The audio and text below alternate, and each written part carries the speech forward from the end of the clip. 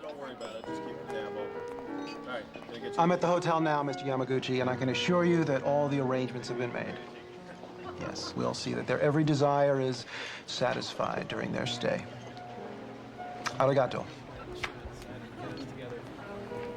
Excuse me. Hi. Could I borrow a phone, please?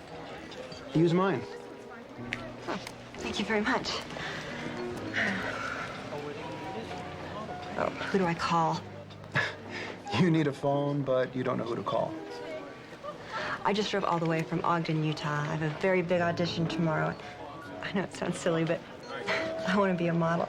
Doesn't sound silly at all. You have all the right qualifications. Not if I don't get there. My car is stuck outside with a flat tire. I can't change it, and I don't belong to an auto club, so who do I call? No one. I'll change it. Really? You don't mind? Show me the way. Thank you.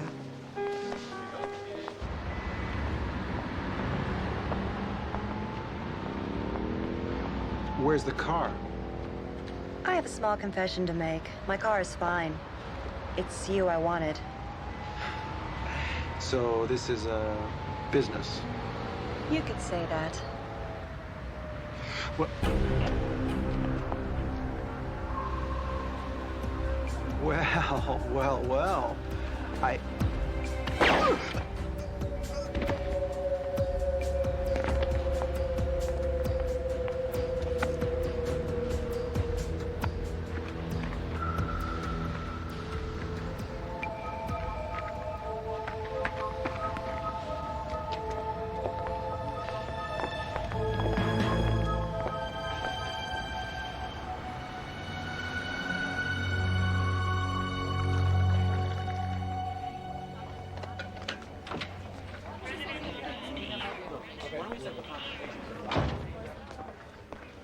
We'd had to wait another day or two for a donated liver. Your father wouldn't have made it, but he's in surgery right now. What are his chances? Oh, most patients really do very, very well. And your dad, for his age, is in great shape. But you know, I mean, there's no guarantees. I'm used to that. So I think I'll go back to 2791. Trauma 1 coming through. What do you got? GSW to the chest, he's bleeding out. BP is 60, pulse is 150 and thready. I started him on Ringer's IV. I need a CBC, Chem 7, let's cross and match. I need 6 units of O negative and a chest tube. Okay, my count. 1, 2.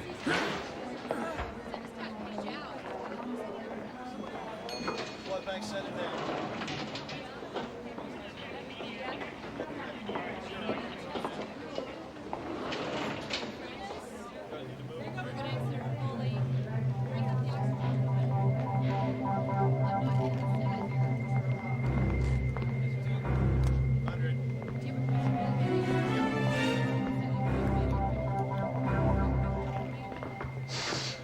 Sir, this is a restricted area. You're gonna have to leave. Not until I know he's dead. Okay, you don't want to do this. The hell I don't! Just get out of the way. Get me security. I've got the situation under control. Really? I'm gonna need your lab coat. They sounded like gunshots. Taylor. Security to the ER. If you don't put the gun away, I'm not gonna be able to continue my work, and he will die. He's already dead. We all are. For God's sakes, kill us all. Shut up. Look what he's done. He broke a vial of cystic bacteria, serial group 3. It's in the air now. We are all breathing it. What the hell is she talking about? It's going to start soon. The skin erosion, the vomiting, the bleeding from every orifice. Please, I beg you, shoot me. She's lying. In 5 minutes, you'll know for yourself. That's when the skin begins to erupt in pustules. You're probably already beginning to feel the itch. Kill him, kill me, kill everyone. Just save a bullet for yourself. It's all under control. Certainly doesn't look under control to me. Stop it! Stop it or I'll shoot! Shoot! Shoot! Shoot! Coward. You're insane. You're welcome.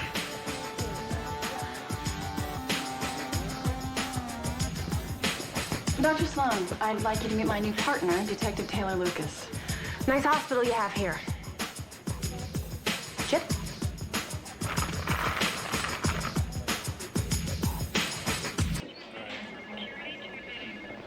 Here's the autopsy report on Milton Wilder, the pimp who was killed in the alley last night. No surprises there. Good, because I've already reached my weekly limit. Yeah, I heard. Why was that lunatic down here trying to kill a patient? Because he blew it the first time. The guy on the table was the shooter's business partner. He embezzled $2 million from their company. When the shooter went to confront him about it, he found him in bed with his wife. Ouch. So he emptied his gun into him, but there was nothing left for his wife. So he left to get some more ammo. When he came back, he saw the paramedics trying to save his partner's life. So he followed them down here to finish off the job. Did he? That's what I'm waiting to find out. So, am I investigating a homicide or an attempted murder? Oh, attempted murder. He's gonna live. That's my cue to leave. I have a date with my son and 4 Teletubbies. Bye-bye. Bye. If you ask me, the guy on the table isn't the only one lucky to be alive. We all are. No thanks to Detective Lucas. Hey, she took down the shooter, didn't she? Yeah, after she told him to kill us all. But he didn't. He could have. But he didn't. Steve, I think you're missing my point. That woman is as scary as the psycho with a gun. No, I admit she's kind of unorthodox, but she gets the job done. Besides, at least now she's got a partner keeping her in check. Well, I tell you, you'd have to be crazy to be her partner. Amy Devlin may be a lot of things, but crazy is not one of them. She made detective faster than any woman in LAPD history. I think she's aiming for chief one day. She ought to pick out a burial plot, because if she stays with Detective Lucas, she's not going to be living much longer. You shouldn't be so hard on Taylor Lucas. I mean, people used to say I was unorthodox. You? Yeah, they used to say I was edgy and unpredictable and shocking. Steve, they were talking about your hair. They were? Yes, they were. Remember you had that Rick Springfield thing going for a while? That one year sort of glowed in the dark?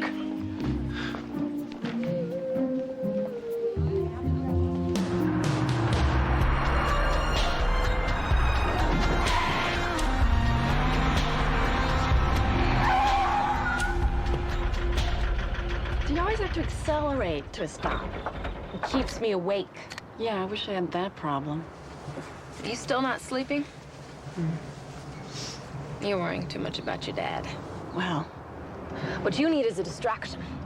Like what? Like going undercover at Dudes. The male strip club. Yeah. Is there something illegal going on over there? You won't know unless you investigate.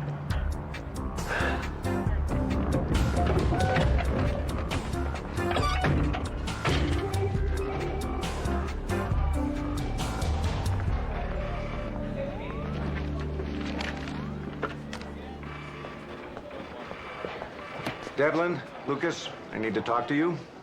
I'll catch up. Lieutenant? You know a guy named Milton Wilder ran a high-end escort service? He's dead. Gunned down in an alley outside a hotel last night. Captain wants you to handle it. He must have mistaken us for homicide detectives. Or are we being reassigned? No, you're being helpful. Homicide is spread thin and vice is your specialty, so you'll be assisting. Report what you find to me. We will. Oh, and Devlin, you're driving the oldest sedan in the fleet, aren't you? Oh, we prefer to think of it as a classic automobile entrusted to our care. Well, now you're driving the newest one. A homicide perk? No, strictly regulation. New one comes in, the old one gets scrapped.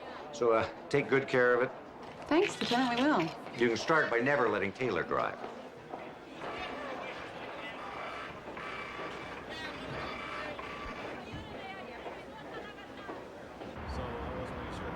What's this doing in our spot? Where's our car? This is our car. Fine. That is just the attitude that worries me. What attitude? You don't care whether the car is old or new. You're gonna drive it exactly the same way. Because it's a car. With only 5 miles on the odometer and not a scratch on it. Or doesn't that mean anything to you? Yeah, it means it's time somebody broke it in. Oh, no, we're not breaking anything. We're keeping this in pristine condition. It's a car. It's a responsibility. Like the homicide case we've just been given. Our opportunity to prove ourselves and get out of vice. Or it's a dead-end case they gave us because it will torpedo any chance we have of promotion. Well, we don't have a choice anyway. Then we'll get right on it after we pick up my bail jumper. What bail jumper? Lorette Stipe, gun merchant. Doesn't shave her underarms. Took me 6 months undercover to bust her back when I was with the ATF. You were only with the ATF for 6 months. We had creative differences. So let the ATF handle it. If they could handle it, she wouldn't be out, would she? It's not your case anymore. It'll take an hour tops. An hour. Tops.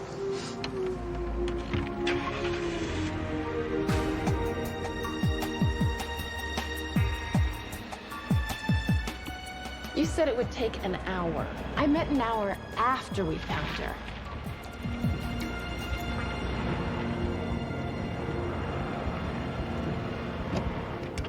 Where do you think you're going? To get Lorette Stipe. You're just gonna walk in that bar? I may open the door first. Oh, you're just gonna open the door and walk in that bar? That's how I usually go from outside to inside. So, after you open the door and walk in the bar, what do you think is gonna happen next? Do you need all the steps, or can I just summarize it under the blanket statement? I'm going to get Lorette Stipe. You don't think maybe this woman might recognize the undercover cop who arrested her? And that maybe she won't want to be covered by your blanket statement? What's your idea? Lorette Stipe doesn't know me. And? I can't let you go in there alone. All right, I'm only a 10-year veteran of the force. No way I can handle this. That's not what I meant. You think I'm too soft to make a simple bust in a biker bar? No, it's just this bar. It's not... You think that because I haven't been thrown off half a dozen law enforcement agencies for going too deep undercover, I can't pick up a bail jumper? You want to do this your way, do it your way. I will.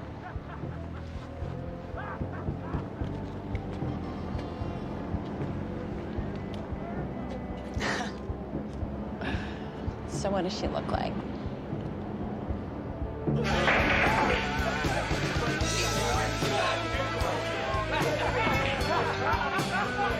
I'm looking for Lorette Stipe.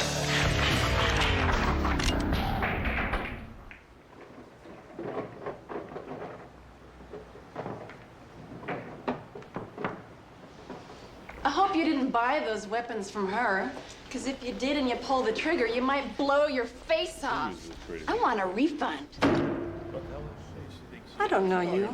Oh, now you don't know me. How convenient. My boyfriend is dead because of the lousy gun you sold me. It jammed, and before I could shoot the security guard, he gunned my sweet, innocent Jimmy down. I never sold you a gun. I never seen you before. My Jimmy is dead, and I'm a fugitive just because of you and your lousy gun. Better get a cash refund. Oh, wait a minute, guys. Wait, she's lying. She's lying. I've never seen her before. Hey, my merchant's good. Oh, is it now? Why don't we take my gun outside and try it then? You just better hope it works. Go on, run something down.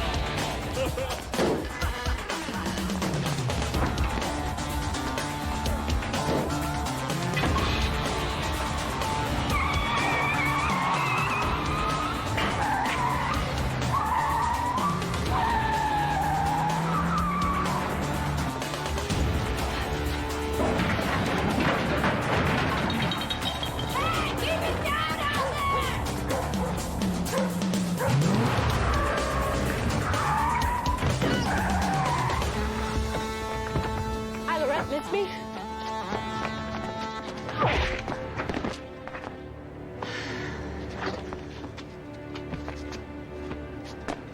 Did you have to skid to a stop? Those are brand new tires.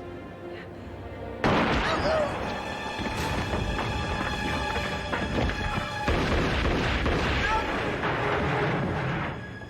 think I got him. What are you doing? Waiting to return fire if there is any.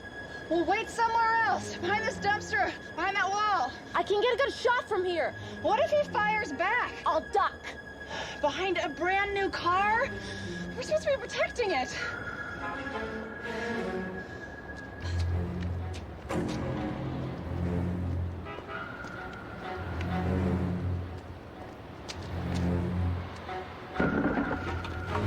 I think he's in the side alley.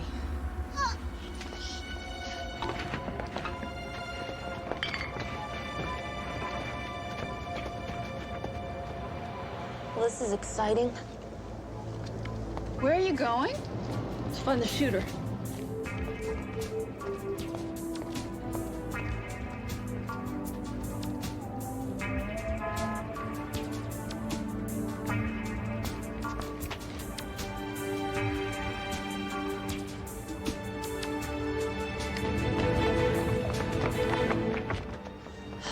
dead. Sorry, I can't say the same thing for the shooter.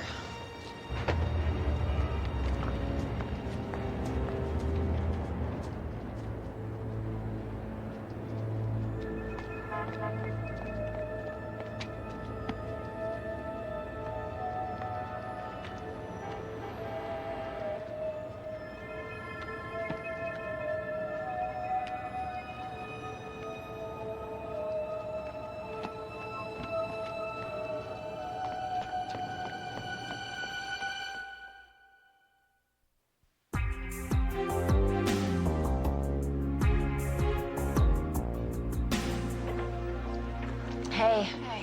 How's your dad? He set off the smoke detector with his cigars, and he threw his lunch tray out the window. He's getting better already. Yeah, he even bribed some orderly into smuggling in a corned beef sandwich. Actually, I did that. You did? I was worried about him. Thank you.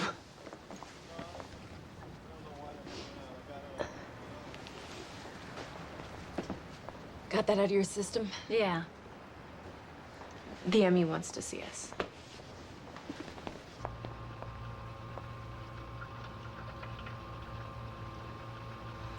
I always thought Lorette would have had more guts. You can discuss her bravery under fire at the memorial service. I mean, literally. Don't most people keep their internal organs here? Excuse me. Stipe was an organ donor, and since the cause of death wasn't in question, the organs were harvested immediately. Wouldn't have figured her for a philanthropist. Or that she was connected with Milton Wilder. Which is why we called you down here. The bullet I took out of Stipe was sent out for a routine ballistics check. The computer found a match.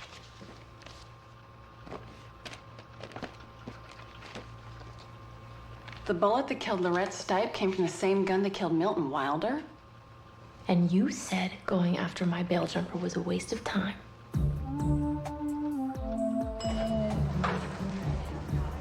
Why didn't you tell me? Why didn't you ask? Why didn't I ask what? I have no idea. What didn't I tell you? When you said you wanted to pick up a bail jumper, why didn't you tell me she was related to the Wilder case? She wasn't. I mean, I didn't know she was. Is this the off-duty cop? Yeah, shot by a carjacker. BP 90 over 60, and she's hyper-resonant on the right side. Okay, let's type in cross. I need some O negative. Let's get a chest tube and let's contact the surgeon. You need blood. You got it right here. Oh, thanks, but a dozen cops have already volunteered. That's why I always keep a gun under my seat. Carjacker gets in, they'll have to scrub him off the upholstery. I'm serious. Doesn't track. Wilder ran hookers, Stipe sold weapons. Not exactly a lot of overlap. Except the same guy shot both of them, and he's got my bullet in him. And he's getting to the doctor who doesn't ask questions, so we hit the streets. Get nowhere. No one's gonna cough up the name of a dirty doctor to anyone who asks. They're too valuable. Hey, remember that guy I dated, special effects guy who did movie gore? Yeah, the geek who spoke Klingon. You criticize the guys I date. You don't date. I don't have to speak Klingon either. Okay, fine. The point is, he could make one of us look bullet-riddled. That's not good enough. I mean, even a shady doctor will know a fake bullet wound when he sees one. Okay, so what's your plan? Hold on, Joe. I want to get a clean shot. You're going to shoot me? Just a flesh wound, barely a nick. You are not going to shoot me. We need to find a dirty doctor. Do you have a better plan? I don't need a better plan to know that your plan is terrible. Fine. Just an idea.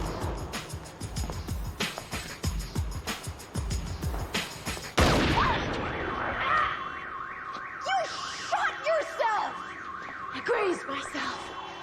I can't believe you just shot yourself. I've done it before. You have? You haven't? You are psychotic. You do know that, don't you? It's my best quality.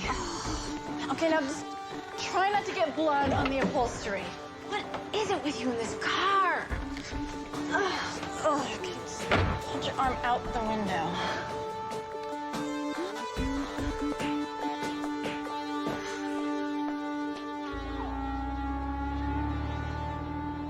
You sure this is the right place? We hit the streets, I bled all over them, and we only got 3 names. Yeah, and the first was a veterinarian, the next one was still in prison. This better be the right dirty doctor, because if the shooter didn't come here, we're out of luck. Yeah? My friend needs to see a doctor. Try selling subscriptions or candy. It's more effective. She's been shot.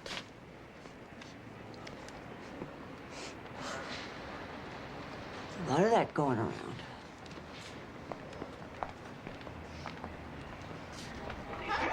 $500 cash up front for your basic disinfect and sew. More later if you want extras. Like what? Painkillers, antibiotics, tasty grape sucker. Can we see the doctor now? You can call me Dr. Welby.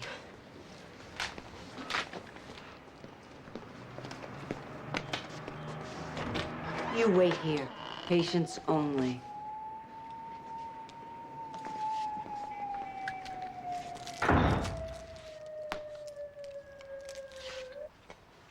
You were only grazed. You'll have an ugly scar to go with your others. Why'd you sniff me? I was admiring your perfume. Laird de Cordite. The bullet left powder burns on your sleeve and your arm. Well, at least it left. Sounds like other people you've been seeing lately haven't been so lucky. You said it was going around? Wouldn't be in business otherwise. You're gonna need a gentamicin shot. Is that gonna cost me? Ooh, not as much as not having it. How did you hear about me? You treated a friend of a friend last night. Shot by cops down on 29th. Is that so?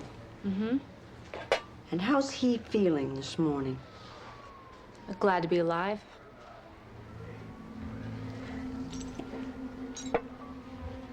This is an antibiotic. The bullet may have missed you, but there's still a risk of infection.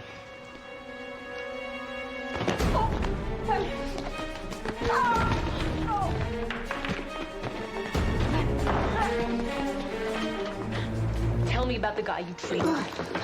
Well, haven't you heard of doctor-patient privilege? I won't say a word. You will when I give you a shot of truth serum. Sorry, we're all out of sodium pentothal. Oh, we have our own recipe. Cyclobenzaprine. Sounds very chemical. Must be good. It's a muscle relaxant and depressant. I don't want you stressed. Ah, some atropine. Do you know what'll happen to me if you mix those drugs together? Nope. Give me some of that. It's a drain cleaner. We don't want your arteries getting clogged. What do you want to know? That's why they call this a truth serum. Every time we make it, people start talking. Tell us about the guy you treated. It was a woman. That was my mistake. She had a bullet in the chest. It was too deep. I couldn't take it out without killing her. She needed a surgeon. Did she get one? We don't do a lot of follow-up care here. Did you get her name? She paid. She left. That's all I know. Well, thank you, Dr. Welby. You're under arrest.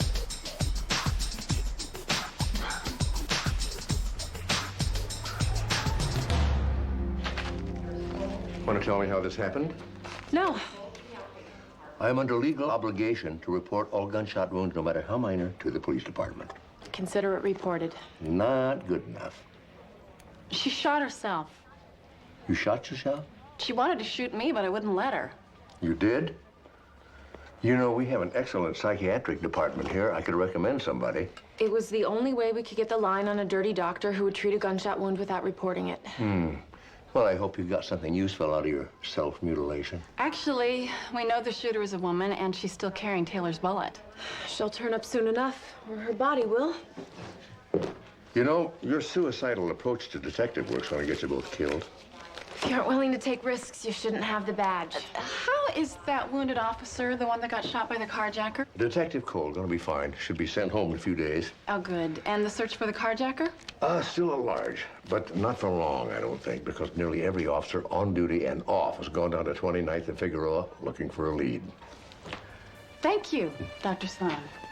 Listen, about that psychiatric consultant. We can talk about it next time I shoot myself. Next time? Officer Cole was shot 2 blocks from where we nabbed Stipe. If they were that close, we should have heard something. We were kind of busy at the time, protecting the car, remember? Not as busy as we're about to be.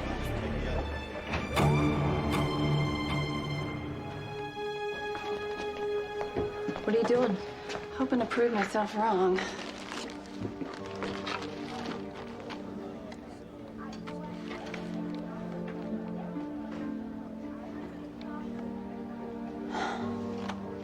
These two bullets both came from the same gun. This is the one they pulled from Officer Cole. This one came from a rapist shot last month by a police officer. You're saying a cop shot Officer Cole? I'm saying you did. Time for a hospital visit.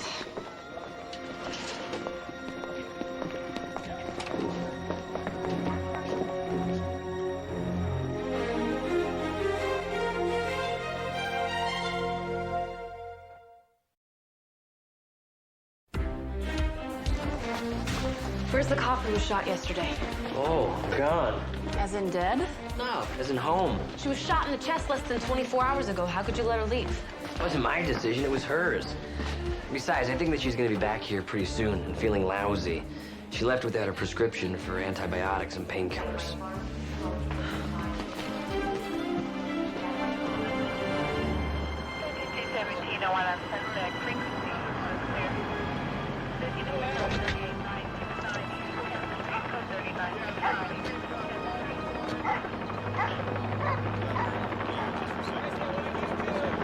Who's in charge? Over there.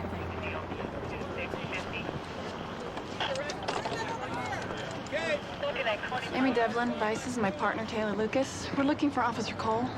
Oh, well, there she is. I'm sorry, what are you two doing here? We came to arrest Officer Cole for killing Lorette Stipe. Oh, well, so did we. Washington and Andrews run the anti-gang unit. They had suspected that a cop was helping Stipe sell illegal weapons to street gangs. When Cole was carjacked, a few blocks from where Stipe was shot, they put it together. They came here to confront Cole. Things went wrong. Well, Cole started shooting, we fired back, and Cole lost. So how'd you two put it together? Timing, geography, and a strong aversion to coincidence. Why do you suppose Cole checked out of the hospital in such a hurry? Well, the anesthesia wore off. I think she just wanted the bullet out so she could run. Didn't run very far, did she? No. Chalk one up for the good guys. I'll see ya. You know what you said about coincidences? I'm feeling a strong aversion right now. I'm just feeling sick. I think we should see a doctor. If you expect me to shoot myself again, you can forget it. That won't be necessary.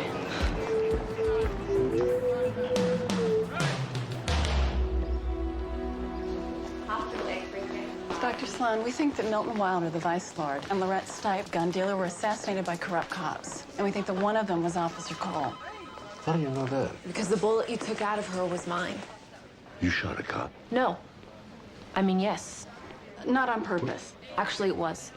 Well, so besides shooting yourself, you like to shoot other policemen, too. I didn't know she was a cop at the time. Who did you think she was? The killer who shot Stipe and was shooting at me. Which she was. Before we found out she was a cop. Which she is. Oh, why don't we sit down? You tell me the whole story. Very slowly. Okay. We went to arrest Cole, but she was already dead, gunned down in a shootout with 3 other cops. They claim she was working with Stipe, selling guns to street gangs. I was undercover with Stipe's cronies for 6 months. I would have known if she was in business with a cop. She wasn't. Do you have any evidence at all to back up your suspicions? Not a thing. If we can just figure out what Wilder and Stipe had in common, we'll know why they were killed. The problem is we can't do that using department resources without tipping off our suspects. Okay, why don't we just start with what you already know? Wilder ran hookers. Stipe sold guns to wackos. Nothing in common. Besides being human. And they were barely that. You know, maybe that's exactly what they do have in common.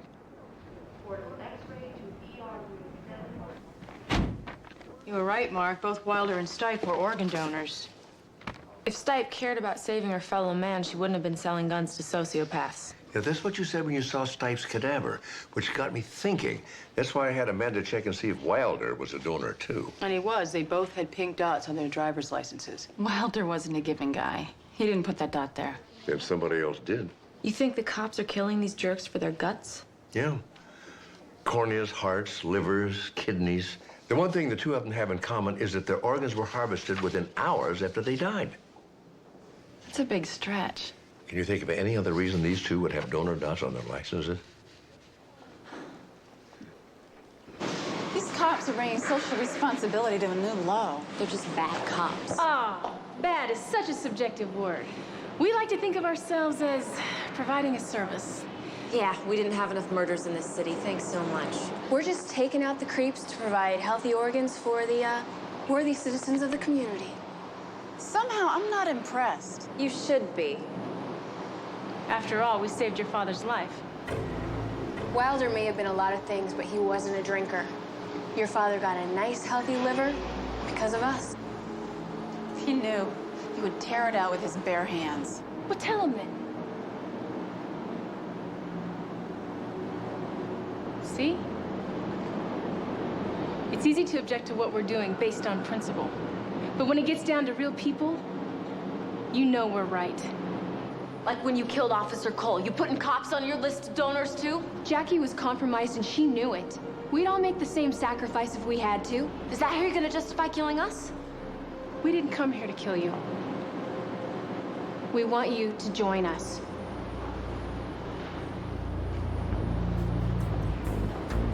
This is that scene in every James Bond movie, isn't it? Yeah. Where the bad guy says, join me, we'll rule the world together. And if Bond says yes, he'll probably have a chance to get away, come back with the entire British army, and wipe out the villain's secret lair. Instead, he says hell no and gets thrown in the dungeon. I never understood that. Until now, right? Yeah. Hell no.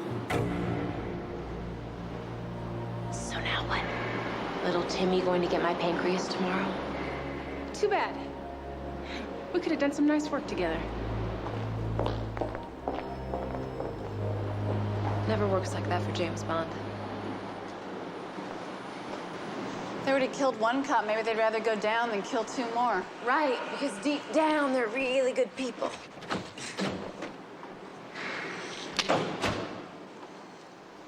Did you just hear a click?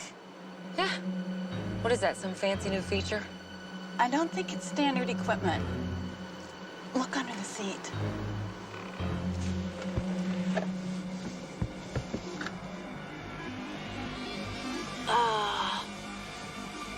It's a bomb.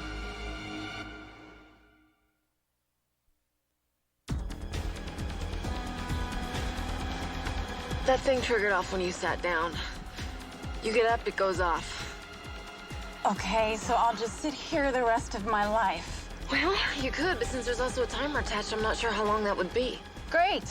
What do I do? You might use this moment as an opportunity to reflect on how lucky you are to have a partner who worked in the bomb squad.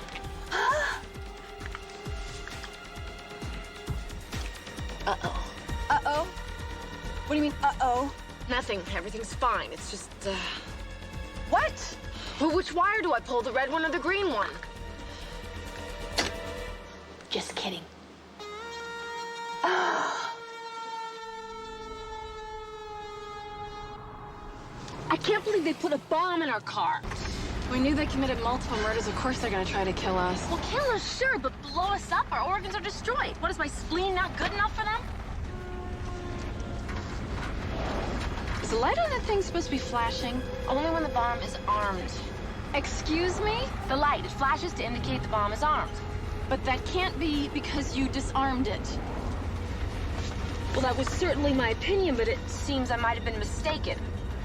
You said you worked in the bomb squad. I did, and it was one of the best weeks I've ever had in an apartment. A week. A long week. We gotta get rid of that. Okay. There are people out there. That trash bin.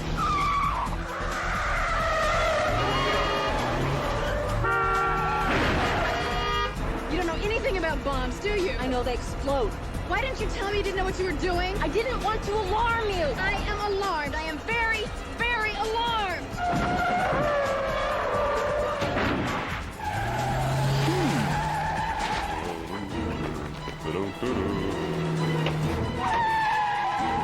What are you doing? Drive. Look.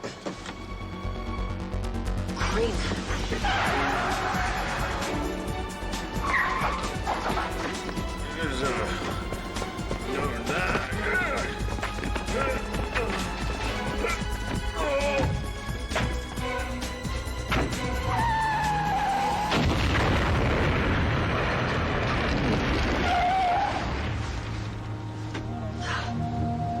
Pretty good driving. Pretty good. They put a bomb in this car and I'm still bringing it back spotless.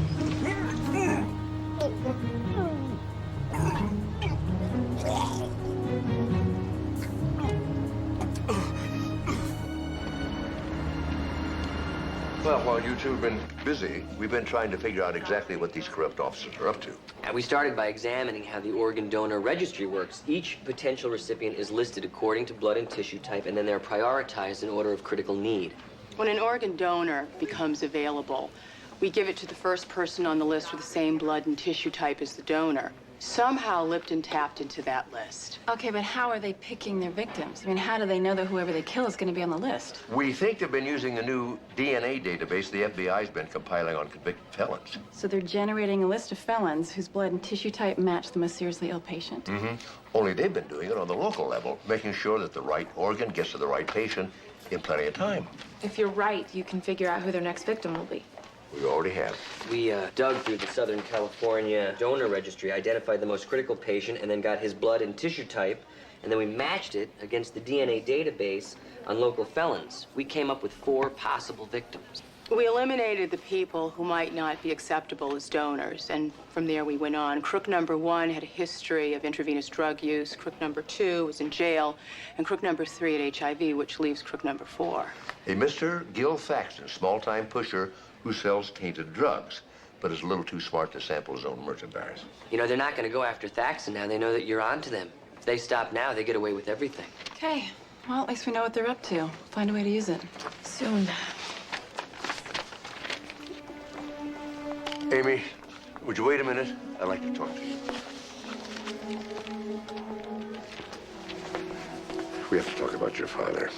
Now, remember, we said there are no guarantees.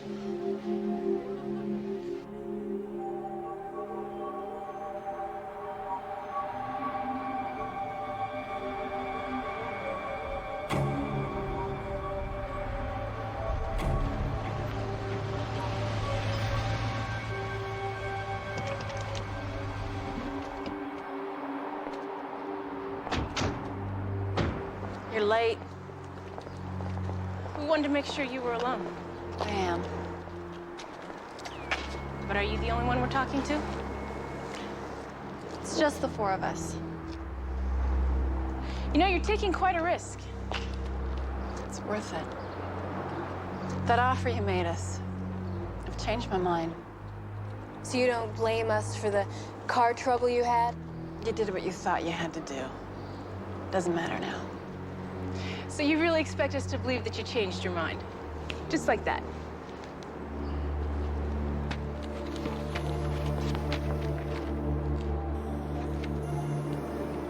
Your father's body's rejected the liver. Sorry, we don't have a returns policy. He needs another liver. That's not our problem. Please. We can't help you. But we can show you how to help yourself.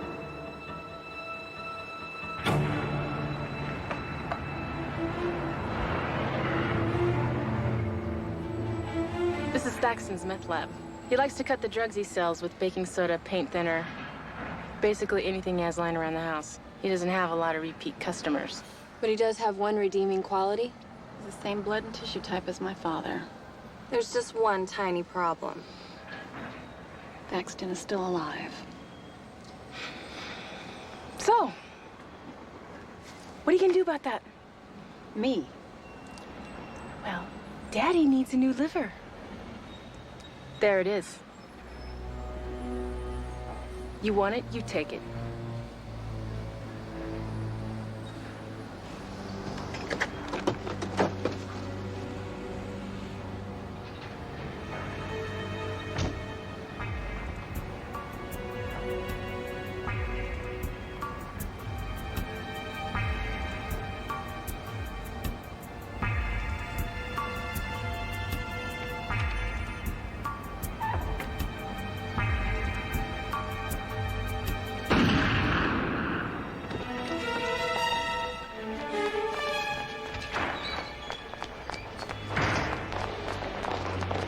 Now what do we do?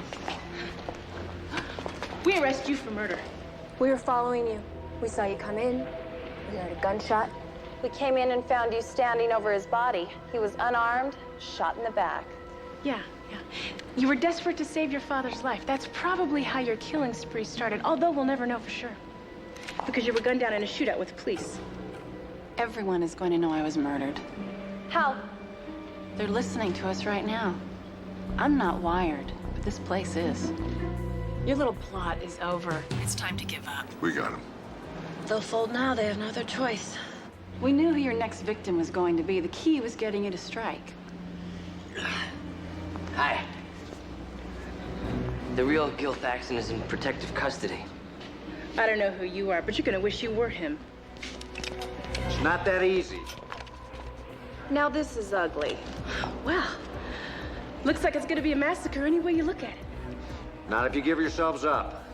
You're kidding, right? You put us in jail, it's the same thing as giving us a death penalty. Only a lot more painful. Doesn't have to be that way. Oh yeah, because cops do so well in prison. Shooting us isn't gonna help you. No, maybe not. But I'm sure there are some people on the organ list who will be grateful. So, who's gonna shoot first? That's psychotic. What kind of person thinks like that? I can think of a few. Oh, we have to do something to stop them. We can call for backup. We can't wait. Buckle up.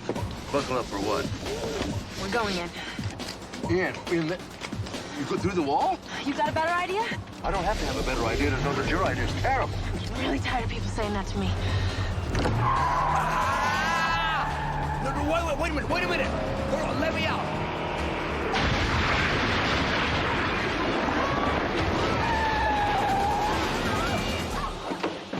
First corrupt cop who moves never moves again.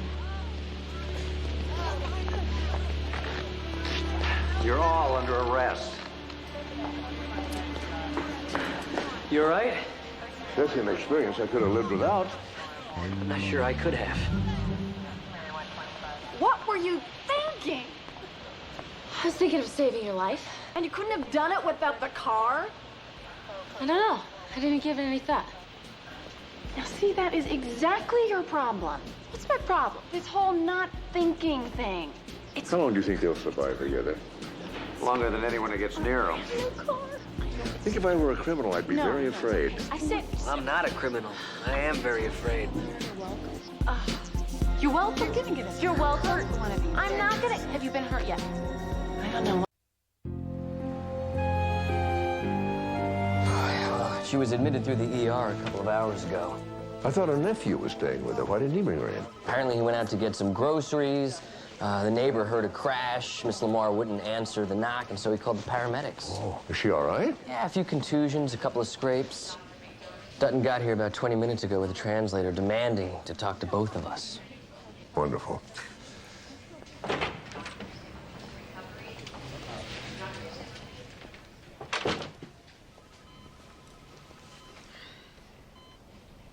It's very simple.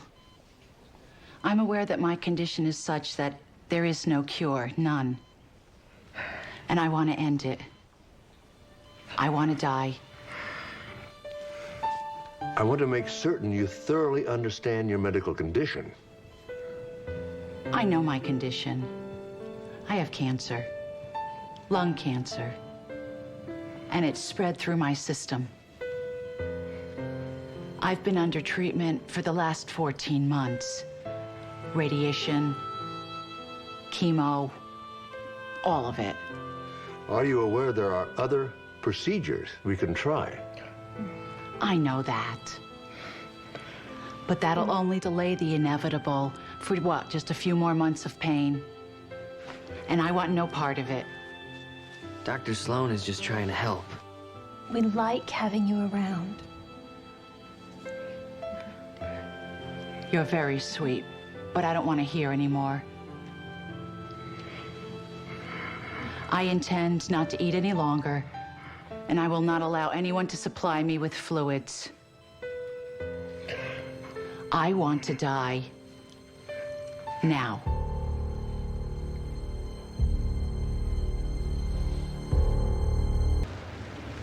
Mr. Dutton, you do realize that there are other treatments available to your aunt. There's a chemo-radiation combination from the National Institute. There is a... Please don't. Look, I'm not trying to be difficult. Neither am I. But understand, People have always been trying to tell my Aunt Franny what to do her whole life. Because she's deaf. Because she's stubborn. And smart. She knows what she wants. She always has. Look. This is her living will. And she's given me her power of attorney. She also wants a do not resuscitate order on her chart. Mr. Dutton, Dr. Travis is trying to tell you the other things we can do for your aunt. She doesn't want anything except to be left alone to die her way. But if there's something else... Look, Mark, I'm with you on this medically, but a living will does take precedent. And so does DNR. All we can do is follow the patient's instructions. I hope you realize what you're doing. It's Aunt Franny doing this, Dr. Sloan, not me. That's what I've been trying to tell you. But you agree with her. She's going to die. One way or another. There's no choice here. And I hate that. But I hate even more the idea of her being kept alive by a bunch of machines. Please, leave her alone. Let us do this her way. How long do you think she has? Well, without nutrients and fluids, about a week. This is wrong.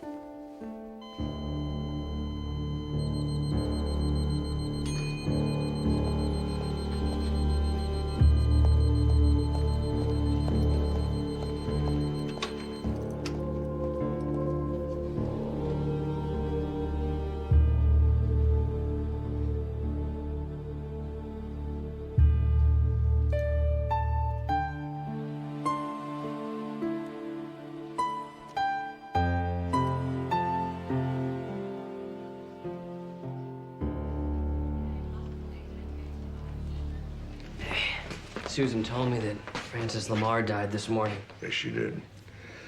Dehydration and cachexia as a result of end-stage lung cancer, just like she wanted it. Took her 4 days to die. Well, we had no choice legally. But with that new radiation and chemo schedule, we could have had a chance. A very slim chance, you know that. And it is what she wanted. God, I just hate giving up without a fight. But it wasn't our fight. The fight was hers. No, I know we had to honor that, but I don't have to like it. Dr. Travis? Hi, I just heard about what happened. I'm sorry, I don't... Your patient, Frances Lamar, I just want to congratulate you on handling it in such a sensible way, even though I'm sure that was very hard on you. Excuse me. Who was that? It's Kate DeLiebe. She's the new attending. I don't know that much about her. She knows about you. Let's see, Frank. You had your checkup just last week. All your medications updated. Your next appointment's Friday the 14th. You're 3 days early. Is there something you wanted me to do for you? Look, Dr. Sloan, I'm a very tough man. At least I was. CEO of my own corporation until I got hit with this Lou Gehrig's disease. And I wasn't even a Yankee fan. I know, Frank. Whenever I had to make a tough decision in business, I always did my own research. I did this time, too. Looked it up in dozens of reference books.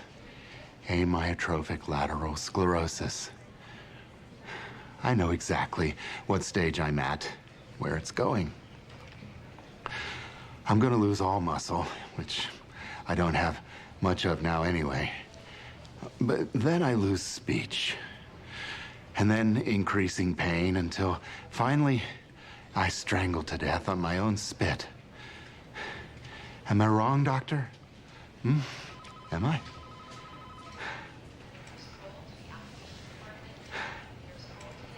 Okay. That's why I'm here today. To ask you to help me to do the only sensible thing. I'm suffering, Mark. I want you to help me to end it. Lois, how do you feel about this?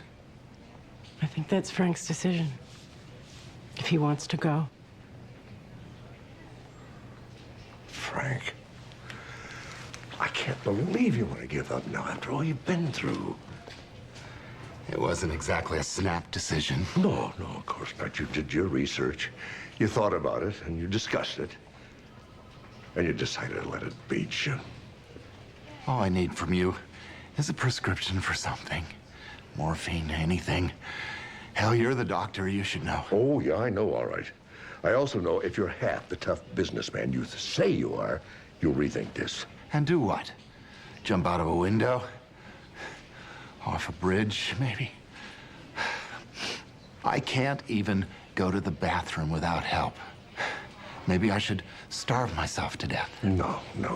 You find a way to make the quality of your remaining time as good as possible. For you and for Lois. There is no quality. There's no way to fight this.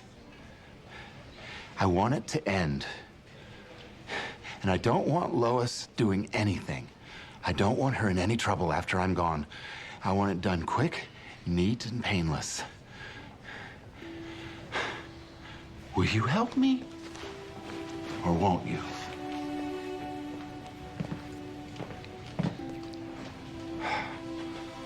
All right.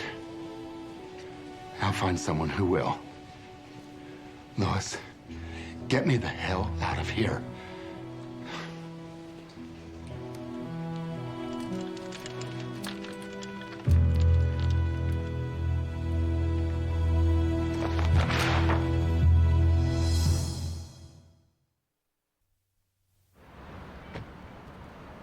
You sent for me, Mr. Lomax? Harold, please, call me Harold. You sent for me, Harold. You are a very senior staff member. Very senior. Is this about my retirement? Retirement? Oh, no. Thank God, Mark. Do you know anything about a new attending physician, Kate DeLieb? Not really, no. I've got some very disturbing material here.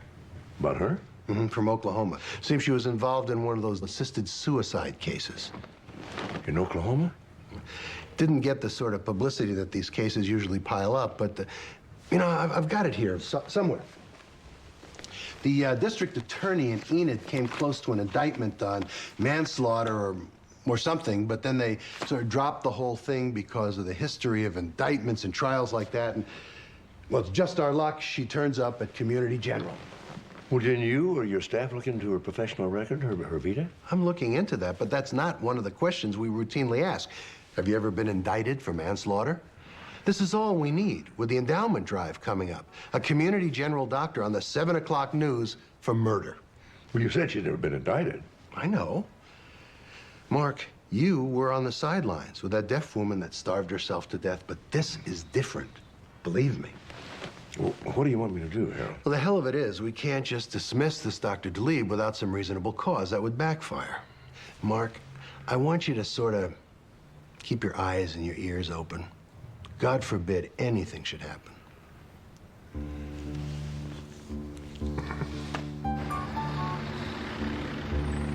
Okay, I'm connecting a small morphine drip here, just enough to cover the pain. Okay.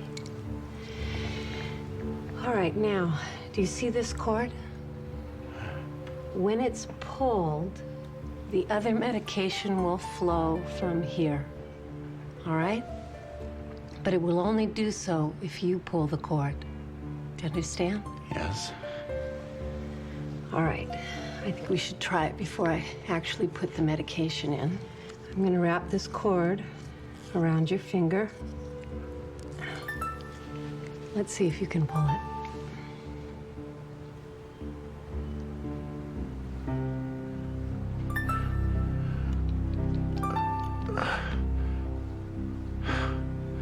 Very good. All right.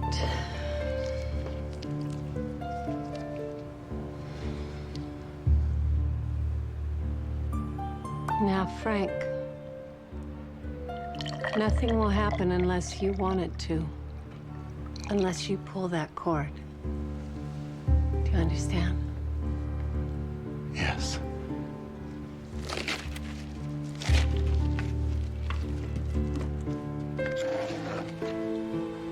Thank you.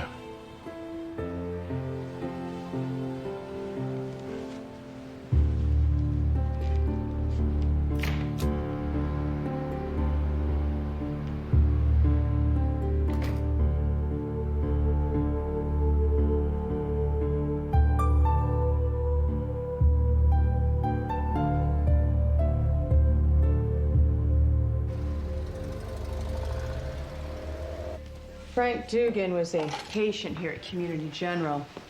He had advanced Lou Gehrig's disease, and he was a patient of your father's. I assume you notified Dad. Yeah, right after I paged you. What about a preliminary autopsy? I ordered a full tox screen. So far, I found morphine in his system. An overdose? Doesn't look like it. I found a sedative and a long-acting muscle relaxant. If the dosages were high enough, it was probably that mixture that killed him. I'll have the vial and the tubing we found sent over so you can check it out. Is that him? Mm-hmm.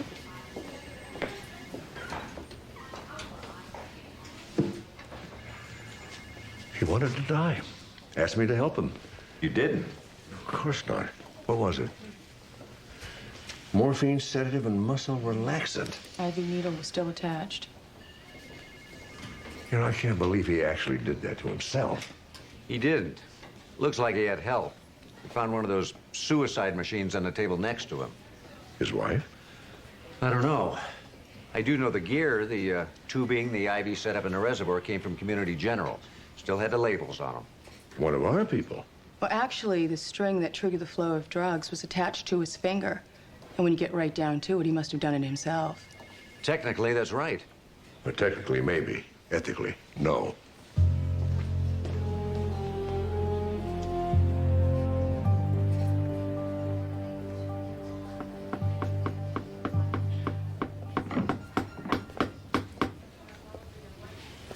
Oh, Dr. Sloan, if you hear about the pounding, I'm almost done. This is my last... Frank Dugan was my patient. Until he came to me. And you killed him. I was nowhere near Frank Dugan when he died. He couldn't possibly have had access to the tubes or the needles, much less the medication. You set up that equipment. You're responsible for his death. It's not really much of an office, is it? But then it's not really what happens in our offices that counts. It's what happens in our treatment rooms. It's what happens in our wards. Our dingy motels. Death can only occur in the pristine confines of a hospital. No, of course not, but it could have happened in a home or a hospice. Or here, with all those things beeping and flashing and an entire staff dedicated to keeping an organism alive that all common sense says is dead. How is that more dignified than what Frank Dugan chose? You're condemning the entire medical profession. Not at all. I am just condemning that part of it that's taken control of our own deaths away from us. Frank Dugan wanted that control back. He came to you, he asked for help. You refused, so... I didn't think he was in the right state of mind to make that kind of decision. What kind of frame of mind would you have wanted him to be in? You see, you have wanted him. That's control. Frank Dugan wanted to commit suicide. I have it on tape in his own voice. So you caused him to die? Whatever he did himself. Oh, and you merely supplied the means. Doesn't that bother you? The medicine you practice causes death? Okay, Dr. Sloan, how long have you been a practicing physician? 35, 40 years? Your point. And in all that time, you have never seen a baby be delivered with just lethal birth defects that somebody just quietly let go. Or a young man's respirator be turned off whose EEG just flatlined after a car wreck? That's not the same thing. It's exactly the same thing. And it's hard and it's painful for us. And it's simple and it's painless for them.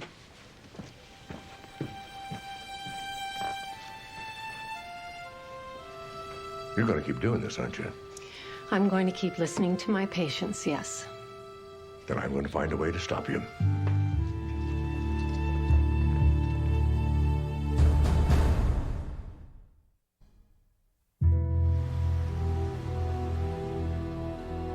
Have a seat. I really appreciate you coming down here. Hope it wasn't too difficult for you. No. I am so sorry about what happened to Frank. I really cared about him, about both of you. Hope you know that. I know, Mark. And I'm sorry, too. Sorry about the way he acted. Angry. It's that Lou Gehrig's disease. I know. He was so afraid of not being tough.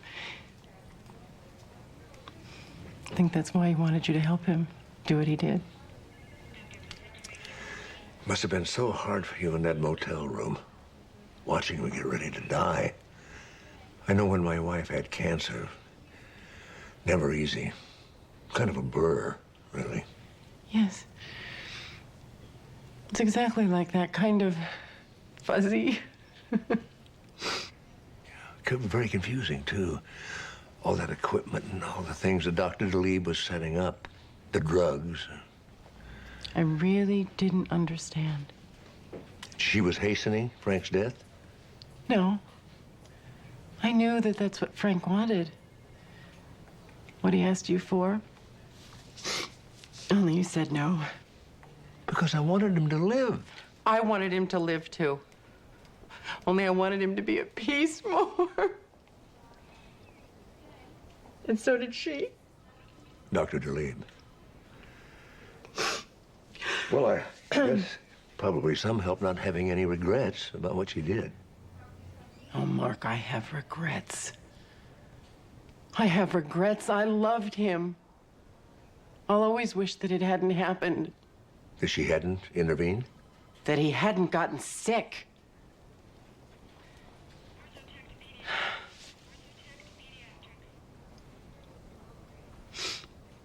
You know, the truth is, as much as I hated what Frank felt he had to do, I love Kate DeLeeb for having the courage to help him.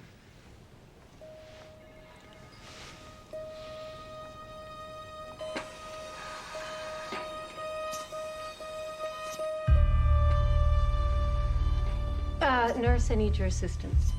I'm an ER nurse, not ICU. You're an employee of this hospital, aren't you? Yes. Well, then when an attending physician gives an order, you carry it out, no matter what service you're on. You're not Mr. Goodman's attending. Dr. Josephs is. Well, I got a call from his daughter this morning. She wants me to take over the case. But... And she has the power of attorney, unless you're questioning that as well. No, doctor. Good. Now, it looks like Mr. Goodman has been receiving plasmapheresis, treatment which hasn't been effective. But he's only been here 2 days. The last time his Guillain-Barré led to paralysis, it took him a while to respond, but he did. And he walked out of here. I want you to remove Mr. Goodman's plasmapheresis catheter, and I want you to prepare him for discharge. His daughter wants him to spend the rest of his time at home with her. Paralyzed. I'll have to notify Dr. Josephs. I am Mr. Goodman's physician of record. My orders are in this chart, and unless you want me to pay a little visit to the nursing administrator, I suggest you carry them out.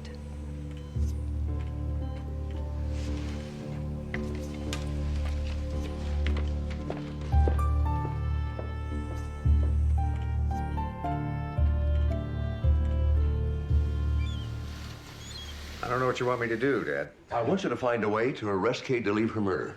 Mark, you know I had to rule that as a suicide. She supplied Frank Dugan with the materials and the means to kill himself. Now, that's got to be murder on some level. Not an illegal one. Should be. Look, the DA's keeping an eye on her. I will, too. It's a start. You know, maybe we can help. How? By keeping a close watch at that hospital. If she inquires about or approaches any seriously ill patient, we call Steve. All right, I'll discuss it with Jesse and the rest of the staff. Good. We have to stop her before she kills somebody else.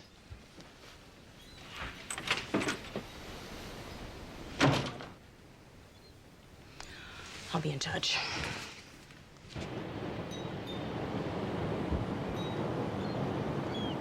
Amanda's headed back to the hospital. She'll call if anything comes up. Good. Won't take long. Kate DeLeeb's on a crusade. We'll get her. You know, I'm a little confused here. What, about going after a killer?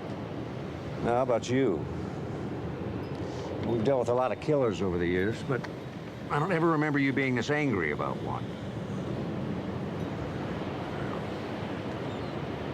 You know, she asked me the other day if I had ever let a patient die. And what did you answer? I didn't. But the truth is, I have. All doctors have. Those decisions come with a job. But there was this one case over 40 years ago. I was just out of residency. 83-year-old woman in extreme dementia. They didn't call it Alzheimer's in those days. And in terrible pain. Undiagnosed. Tumor, probably. Occasionally she had lucid moments. And in one of them she said to me, "Let me go. It's time."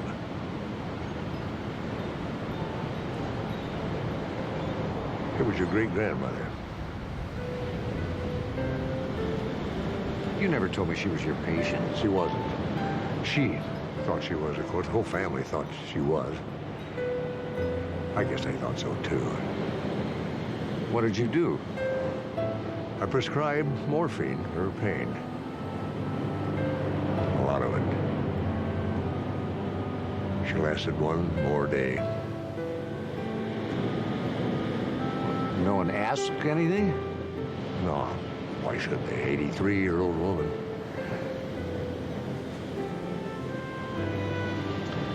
I don't believe this. You know, I think your mother guessed.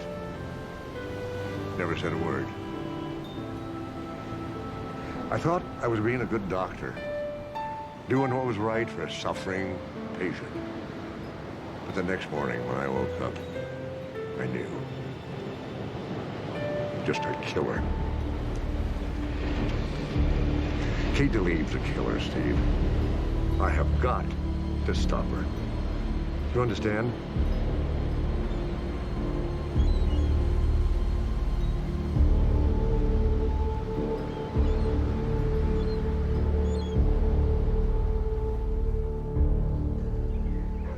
Here they are. These are the tapes I told you about. These are the ones where you and your father discuss his wishes. Yes, after the first time when he could talk again, we sat at the kitchen table. He's a very gentle man, my father. He didn't want anyone to have any trouble about this, not me, not you. I'm with someone like you. Because it's his choice. That's what he says on these. For the record. Yes. He made certain we put it all on tape, what he wanted to do. But there is one thing. From what I understand about how this works. It's okay. But he's paralyzed. He can't pull a string. He won't be able to give himself the injection. Don't worry. It'll all be taken care of. Okay. It's time.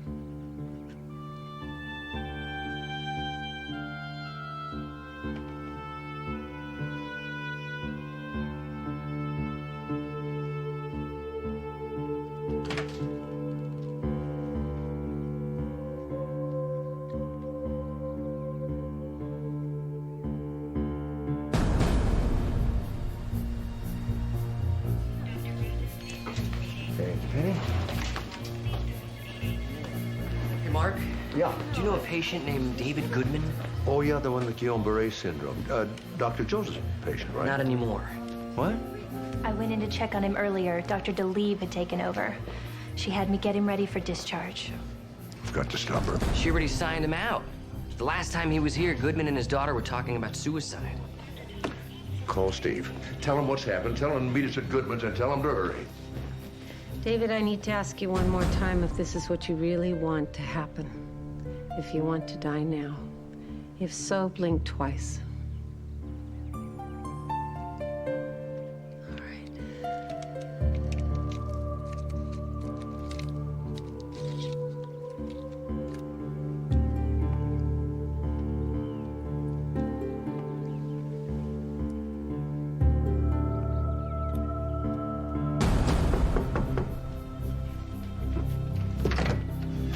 for Dr. Kate DeLeeb?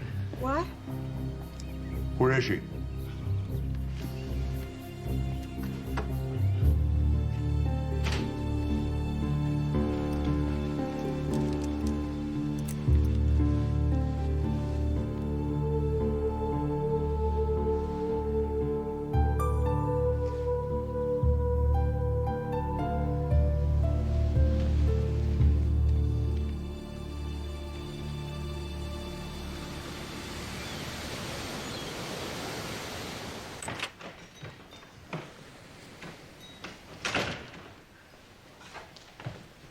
Dad?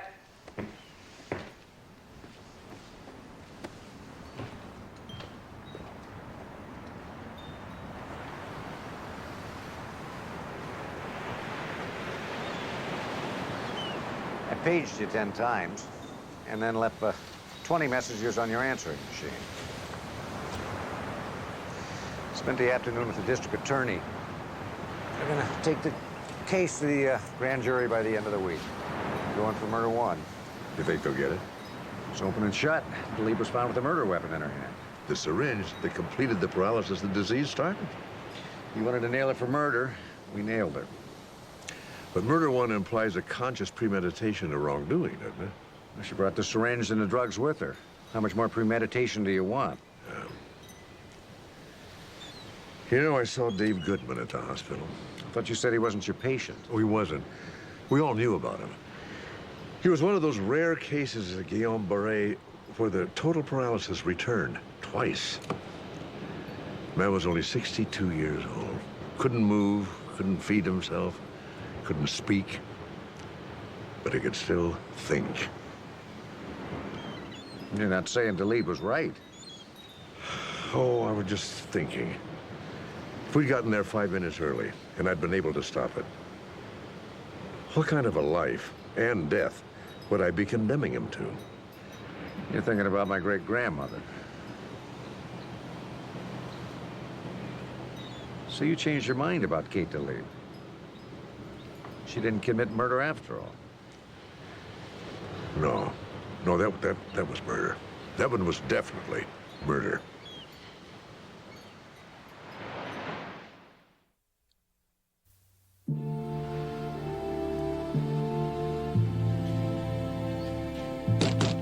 Come in.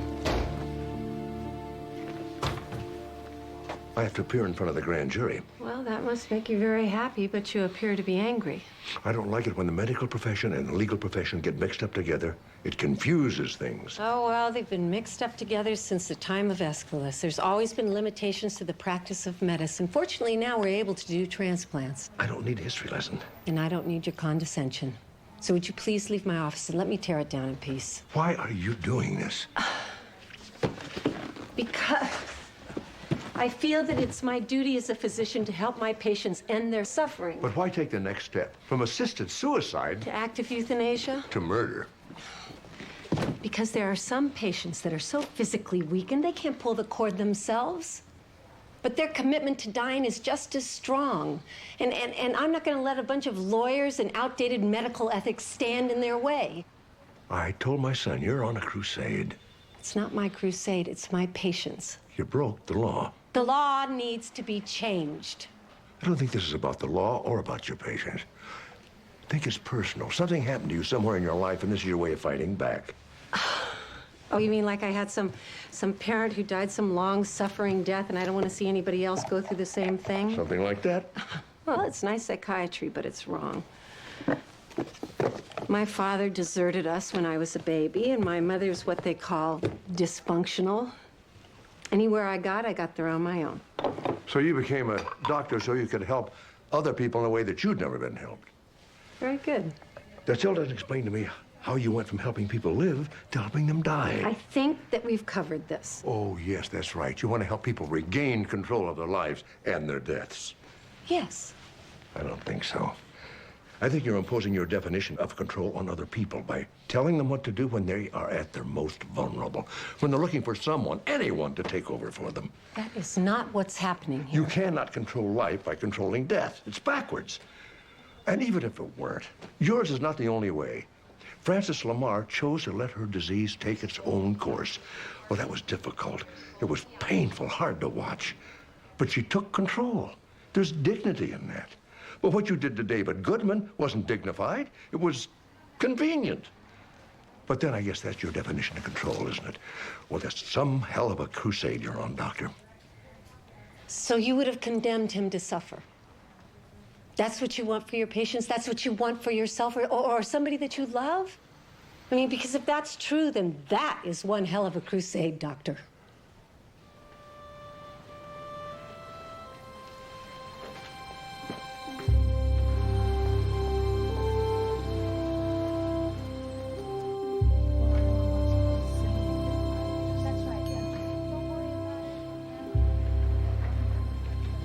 Do you know which attorney is representing Kay DeLeave? Carl Blumenstein. Does a lot of civil liberties cases. I've run into him a few times. He's a pretty good guy for a lawyer. I never understood why a person's attorney isn't allowed to go in with them. I'm supposed to keep the legalese down to a dull roar. I know, but if the witness has to keep running out to talk to his or her attorney, I mean... Yeah, I think if I was on the grand jury, I'd be annoyed. What makes you think they're not? Besides, the more she talks, the more likely she is to give the DA what he needs. Mr. Patterson, the point I am trying to make is Dr. that... DeLeave, I am conducting this hearing, and I would appreciate... Yes, but you're not letting me... Give us all a lecture. You're here to answer questions, not deliver a diatribe. I would like the grand jury to note that you are not allowing... Doctor, I do not want to have to take you before the judge for contempt. You are the one who is showing contempt for Mr. Goodman. All I'm trying to explain is that he expressed his desire over and over to end his suffering. Please. I have it all on tape in his own voice. And if there's any subsequent trial, your defense counsel can present all the evidence you want. Now, you didn't answer my question. I've forgotten it. Then I'll refresh your memory. Did you inject David Goodman with what you knew would be a fatal combination of drugs? Yes or no? It's a simple question. Yes, I did, but I... Thank you. I have no further questions. Ladies and gentlemen, the point we are making, the point which we will reinforce with further testimony, is that this is not just another case of physician-assisted suicide. This is a case of physician murder.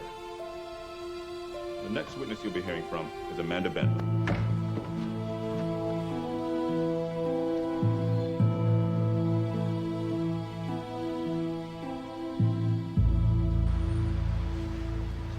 How long's Amanda been in here anyway? About 45 minutes. They're probably going over all the autopsy reports. Frank Dugan, maybe Frances Lamar. Why, what has that got to do with this? They're trying to establish a pattern. Dr. Mark Sloan? Now? You can come with me.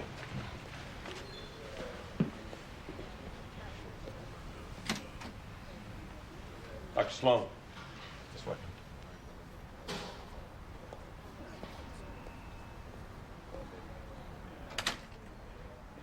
So that in the case of Frank Dugan, Dr. DeLeave took over your patient from you. Yes.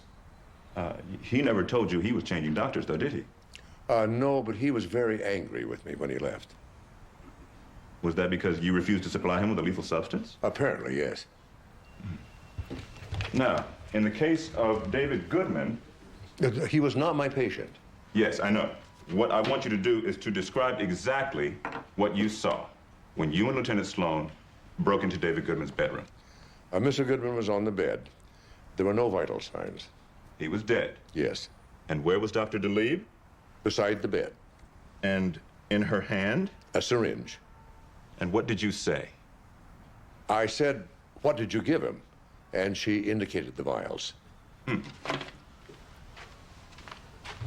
These vials? Yes. Yeah, we've already heard testimony from the assistant coroner that these contained a muscle relaxant and a sedative. The man was dead. Dr. DeLeave had the syringe in her hand, and when you said, "What did you give him?" she indicated the vials. So she admitted to you that she had performed the injection of what proved to be the lethal drugs. Is that correct, Dr. Sloan? Is that correct, sir? Yes. You You are a physician of long experience and excellent reputation. Your work on behalf of law enforcement is well known. Your outstanding record of service at Community General is equally well known. Considering your seniority and standing, I'd like to ask you one final question. Would you have filled a syringe with a lethal substance and injected it into David Goodman? No. A simple no.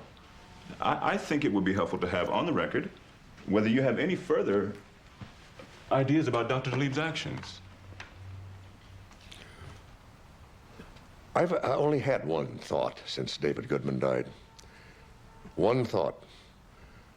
When my eyes are closed late at night, when I'm with patients, and it won't let me go. And that thought would be? 10 years ago, there was a patient at Community General. 10 years and 3 months. Your patient? No, not officially. It was my wife, Catherine. I was aware of the spread of her cancer and how the radiation and chemotherapy were giving her pain, but with no appreciable benefit. I would sit with her for hours, just watching her suffer. And one thought kept coming to my mind. The thought that I had it within my power to end that pain. That I could get rid of the torture that standard medical procedure had put her through for the last 2 years. 2 years. But I couldn't. Not that it wasn't possible. There were many, many ways I could have done it. So why didn't I? Perhaps I was too close to be rational. Maybe it was because I was afraid. Frightened by guilt, insecurity, or, God forgive me, just selfish concern for my own professional reputation. Whatever the reason, I did nothing. I sat for 3 months and watched her die in agony. As for my thought that won't let me go, it is that Kate DeLeeb may be more honest and more courageous than I am.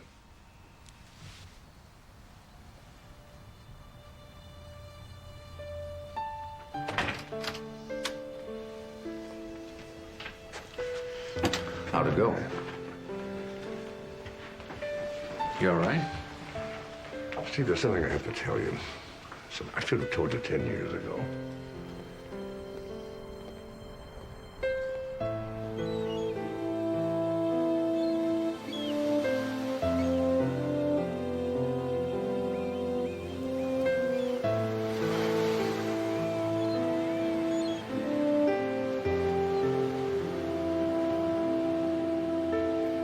Dad, grand jury ruling just came out. Well, it's about time. It's been 4 days. 5. They had a lot to argue about. I don't think you made it any easier for them. Why, what happened? Second-degree manslaughter. That way they don't have to prove criminal intent. Oh. Is the trial date set yet? No, but I'll be talking to the DA. I'll let you know. And Dad, I've been thinking about Mom. A lot. I want you to know it's okay.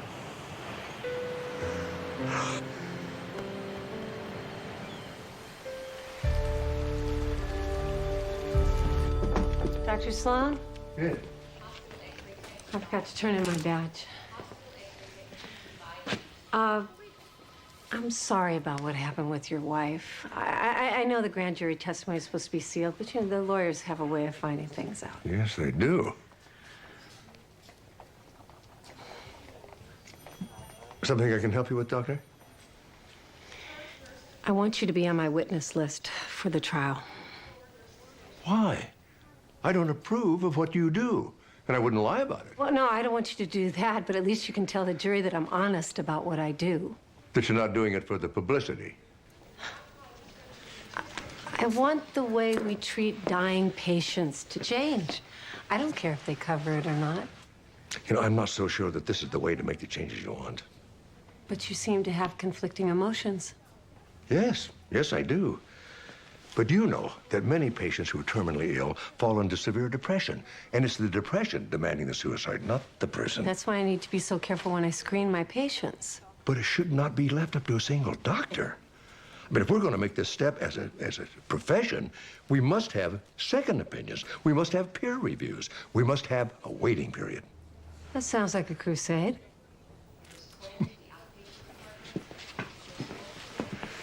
All right. I'll be on your witness list.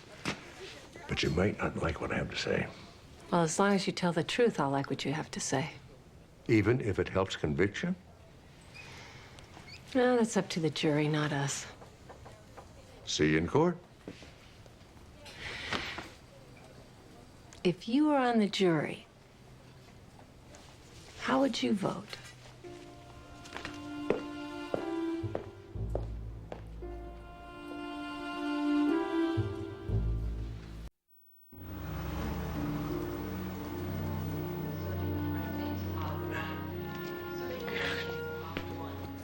What's the matter? Don't you get no respect? Oh, that's very good, Dad, but I'm not doing Rodney Dangerfield. Could have fooled me. I feel like a Vegas lounge act. It's bad enough I gotta wear this monkey suit, but then you make me come and pick you up here and everybody can see me. You look nice. Besides, not every day your dad gets honored at an award dinner. It's a comedy roast, Dad. Big difference. What do you mean? Well, instead of the chicken getting skewered, it's gonna be you.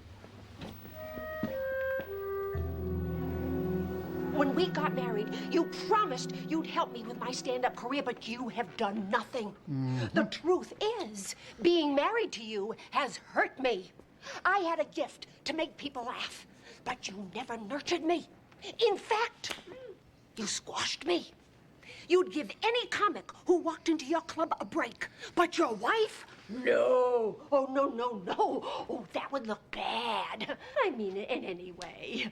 How funny could Lou's wife be? Oh, no. No. If you weren't such a love machine, I'd divorce you in a minute. No, I don't know another Hollywood wife who would put up with everything that I have had to put up with. When I walk into your club, I can't stand it. Those comics, they come upon me because they know I'm going to be a good little audience. Stink, Lou, do you hear me? Stink! I could be that funny. I have to listen to all your crazy comics. Hector Road is back up all the way to the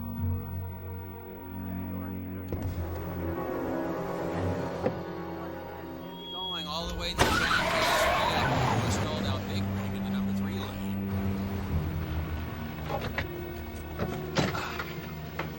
Good evening, Mr. Summers.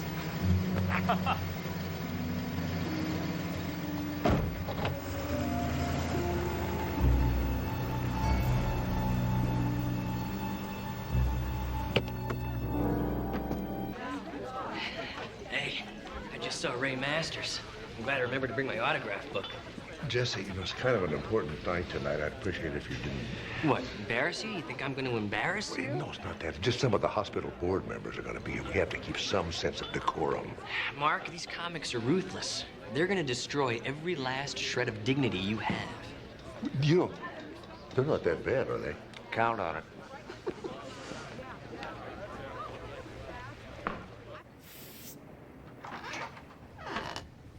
You need more moose, pretty boy? Oh, Lenny, I've been going crazy without you. You smell good. Kiss me, baby. I've missed you. I missed you too, honey bunny. Ow! What's that about? You missed me. You flew in 2 days ago and you haven't even tried to call me. I did. I tried to call. Okay, I should have called. But, you know, I've been on the road for 10 weeks, and I was afraid maybe you got back together with Andy Baxter. Andy Baxter? What, did you lose your mind while you were on the road? I hate his lying, drunken, two-timing guts. Let's play naughty gymnasts. You can be Kathy Rigby this time. Baby, can we do this a little later? Later? No, my husband's here. Not the hair. It took me half an hour to get the hair right. You're worried about your hair? Oh, Lorraine. Oh, forget it, Lenny. You missed your chance. Honey bunny. And too late.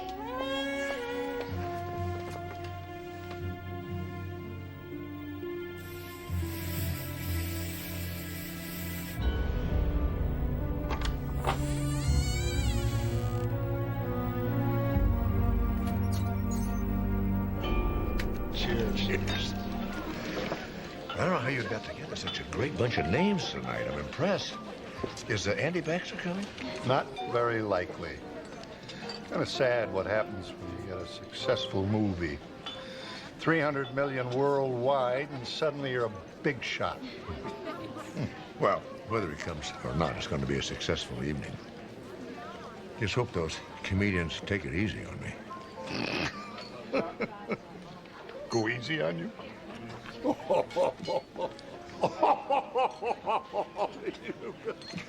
you're kidding. Mr. Conrad? Sorry. I was wondering if I could possibly get an autograph from you. It's not a subpoena, is it? No. I'm just a big fan of the Conrad and Huckabee shows. Oh, you are, huh? I have all of them on tape. You do? I even have a bootleg copy of the one they never aired. Oh, the one where you told that joke and the audience didn't laugh, and then Yeah. you threw that tantrum. Yes, Actually, sir. you started to cry. I was on medication. Estrogen, actually. What's your name? Jesse. Jesse Travis. Jesse Travis. Your mother's stutter? Actually, we met a couple of years ago when you tried to kill Mr. Huckabee. They never proved that. Oh, no. You have a new partner now? Tom Porter. Porter. The guy is hysterical. Yeah, he's also history. I got rid of his sorry behind when I caught him sleeping with my wife. You know what the... Why am I telling you, anyway? Besides, I am bigger and more successful than I have ever been in my life. Well, if it isn't Wally the tapeworm from the Cartoon Channel. It's Wally the Inchworm, you moron, and I happen to be huge with the 3 to 5-year-old demographics. There you go. Thanks. To Jesse, I am a big, fat, incontinent pig. Tom Porker. That's Give me that. He's a sick little monkey.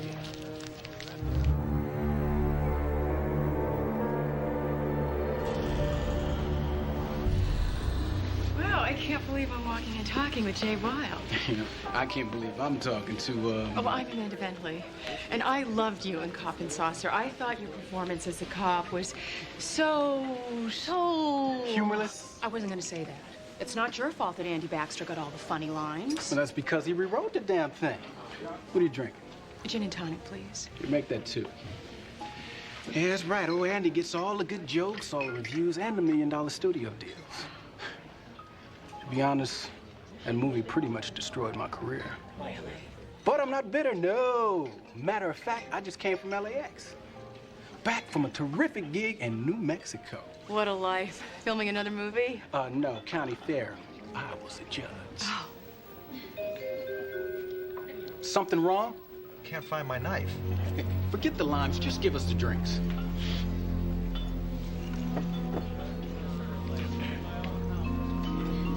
Excuse me, Mr. Masters.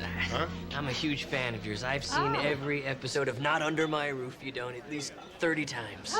30. You hear that, Connie? 30 times. And I don't get a nickel for those reruns, you know. Easy. Not a stinking nickel. Easy, sweetheart. Remember your blood pressure. I'm sorry, I didn't mean to upset you. Who are you? I'm Jesse Travis. I'm friends with Mark Sloan. Ah. I'm really looking forward to seeing you on the dais tonight.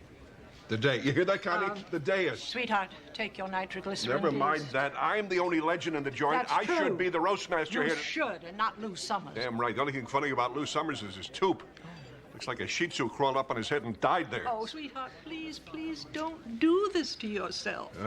Oh, poor Ray. He always takes everything so personally.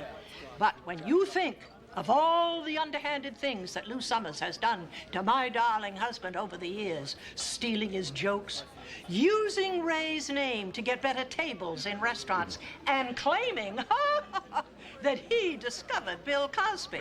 Oh, I swear, there are times when I could just strangle that son of a... Sure, Connie, now, don't go there tonight. Oh, I'm sorry. We'll work it out in therapy in the morning. All right, sweetheart. Good, dear. Thank you. Can I get an autograph? Yeah, sure, kid. Nice that young people still remember the old man, huh? That'll be $35. $45 if you want it personalized. You're charging me? Well, his business manager insists. It's standard. Oh, that's the way it's done. Yeah. Oh, excuse me. Ray always throws up before a show. It's a kind of good luck thing with him. Sweet. I'm sorry. Lenny Rosen. Right. Can I get an autograph? Sure.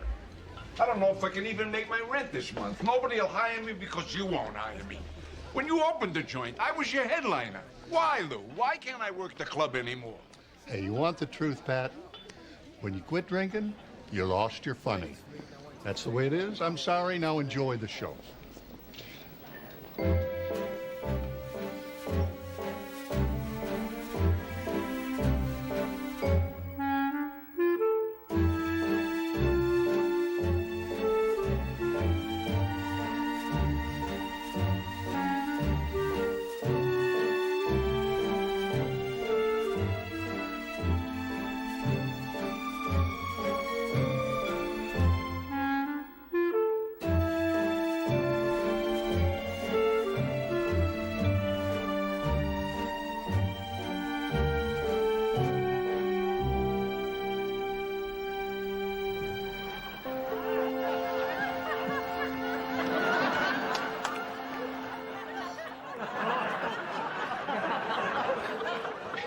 Dr. Sloan is so exclusive, he doesn't even make hospital calls.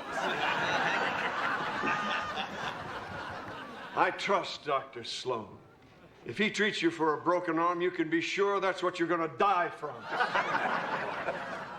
Dr. Sloan told me I needed gallbladder surgery. I said, hey, that's pretty serious. Should I get a second opinion? He said, sure, if you want, come back tomorrow. I told Dr. Sloan, I've got this ringing in my ears. He said, don't answer it. I wasn't feeling well, and Dr. Sloan said, well, you've got 6 months. And I said, I can't afford to pay the bill. He said, I'll give you another 6 months.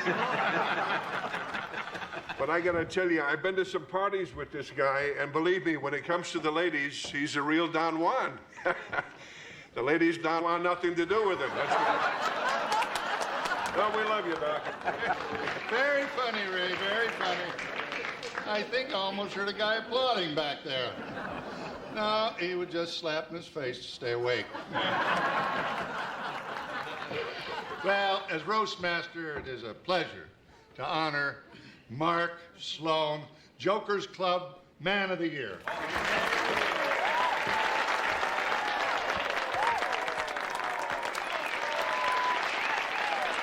Well, Mark really deserves his success, because early on he faced many obstacles. As a matter of fact, when he was a child, his parents almost lost him. But they didn't take him far enough into the woods. Oh, great stuff, Lou. Where'd you come up with that old chestnut? Jokes for the John? That's Andy Baxter. This is a part of his act. He's famous for this. Don't do this, Andy. What? You begged me to come here. Look, I got the invite right. Oh, geez, that's your wife's phone number. Oh, geez, that's weird. Oh, come on, get out of here. Lou, where did you dig up this lineup? I mean, what did you do, hold up a Comics Wanted sign at the freeway off-ramp? Get off the stage. Okay, I'll go. Just let me say something to my friend Lou here. Come here. Now, unlike the rest of you talentless jerks, Lou was always there for me, right from the beginning. I love you, man. Come here, let me kiss your feet. You're making a fool of yourself. Well, I'm kissing Lou's feet. The rest of you losers can kiss my... Hey, who you calling losers? You die-job has-been! Hit me with a spot!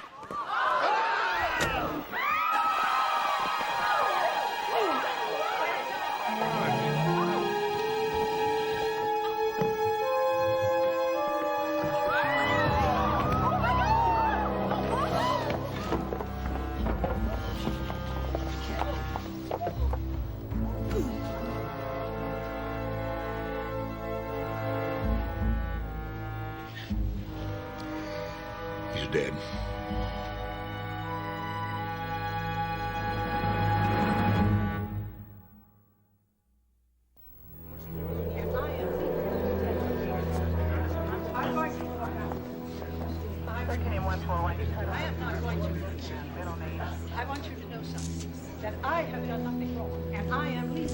Somebody replaced a 120 amp fuse with a 60 amp.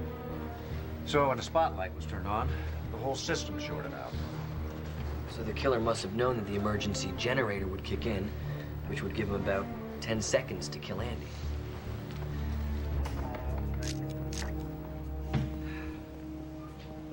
Look, everybody else left. Why are we the only ones who have to stay? Well, because it was dark, they couldn't see, and you were the only ones in the room close enough to stab Andy Baxter. Not me. I wasn't even sitting on the dais. Well, you were up there when the lights went out. Well, I wasn't. I never left my seat, which, by the way, was very uncomfortable. All right, Mrs. Summers, why don't you give your statement to that detective over there? I can solve your crime in 5 minutes. There's your murderer. He tried to kill his other ex-partner before, remember? If anybody's the killer, it's Porter. Look at those eyes. Cold and dead. Just like the lower half of his body. Oh. Boy. You know, no one seems to care too much that Andy Baxter's been killed. Jealousy. Every comic hates to see another comic's success. Oh. It's in our blood. We can't help it. Not in mine. Personally, I didn't like Andy, but I got a pretty happening career, so I didn't hate him either. You can't say the same for the rest of these guys. My Ray is never jealous. He just doesn't like a liar.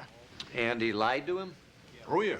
He promised me a big part in this next picture, and then later he said he never said it in the first place. So he got stabbed in the back. In my book, that's poetic justice. Listen, I'd really love to stay, but I can't. I've got a midnight show at the Comedy Corner, and it's a really important gig. Well, no one's going anywhere, so just sit down. Well, okay, then. You didn't have anything to do with this, did you? And I've done some stupid things in my life. The county fair was probably one of them. But I've never killed anybody. I spoke with the bartender. He said his knife disappeared earlier this evening. It was there when I was at the bar. Well, come to think of it, it wasn't there when we got our drinks. Any prints on the knife? It's just the bartender's. Forensics dusted the handle. I found this right beside the body. He probably used it to hold the knife. I'll bag it. Mark, you gotta help me. Dudley Do-Right here doesn't want me to go to the little boy's room, and I keep telling him there is no exit backstage. Everyone has to stay in the main room until they've all been cleared of suspicion. Oh, Lou can't wait that long. He has the bladder the size of a thimble. Oh, good, Liz. Tell the world, why don't you? Officer, he won't be going anywhere. Go ahead, Lou. I'll vouch for your bladder. Thank you. Thank you. Lou! Listen, Lou. Yeah, I gotta go. I gotta Not tell now. you something. Not Lou. now. You tell a comic he's not funny. Right. No, Lou, it's like telling him he's not a man. I know. And I still got it, Lou. I'm funny. I'm funny. Listen. Not now. Listen. I really got Listen, 3 dogs are in a Three pound, dogs, see? right. Okay, so the first dog says to the second dog. Second dog. How long you in for? How long you in for? And the second dog says, Ray, come here. Good joke. You tell him the joke. Go this. Lou, what joke? Okay, 3 dogs are in a pound. Yeah.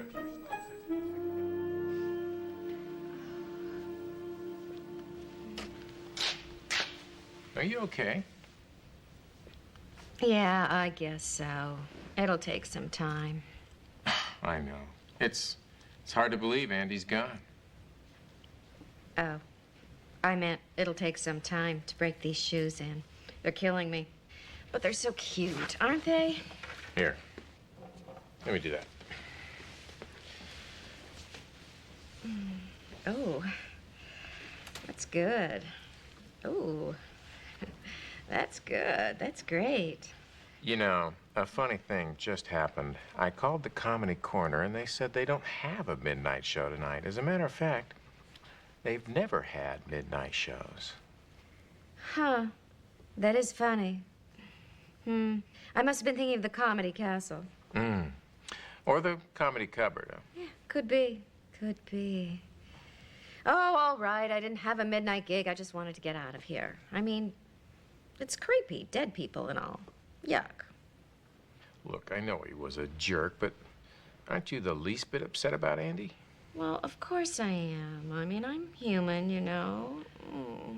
I really am very glad to see you. Oh, Lenny. What do you say, after this murder thing is over, we zip on over to the Marmont for some post-roast toasties? What about your husband? He's not really here. But maybe I should call him and tell him that I'm going to be very, very, very late.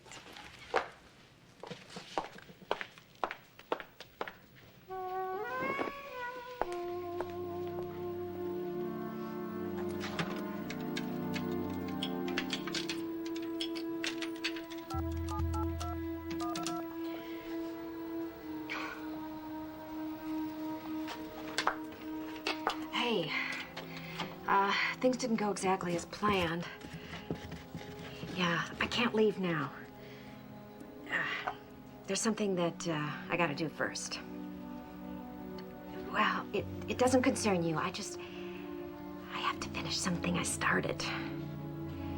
Don't be that way. Look, I gotta go. Somebody's coming. I can't talk. Bye.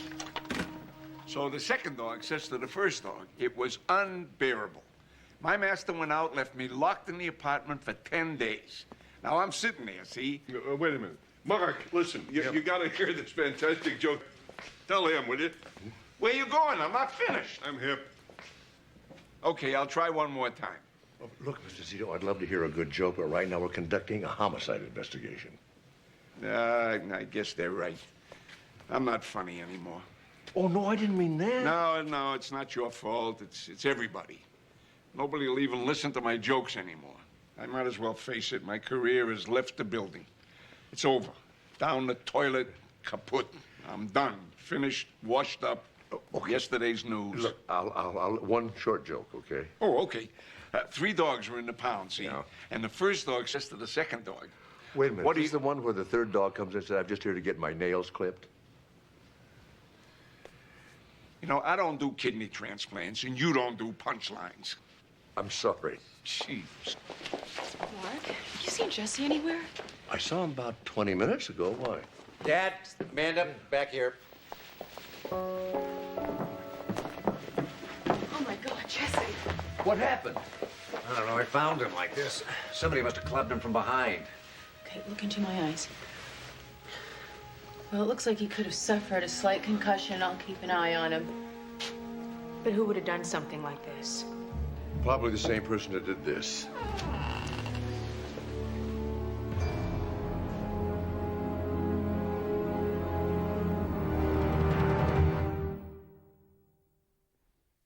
I feel like somebody whacked me with a Louisville slugger. More likely, a little bronze lady. My award, it was on the table over there. Blood spots on it. Whoever hit you with it must have killed Lou. Why can't they just give you a certificate? What happened? I'm sorry, you gentlemen will have to stay in the main room. This is a murder scene. Well, so's the main room. There's 2 killers running amok around this joint. You know, I don't think so. 2 murders? It's not likely. Isn't it more likely that the first murder was a mistake? You mean the killer wasn't out to get Andy Baxter? Well, think about it.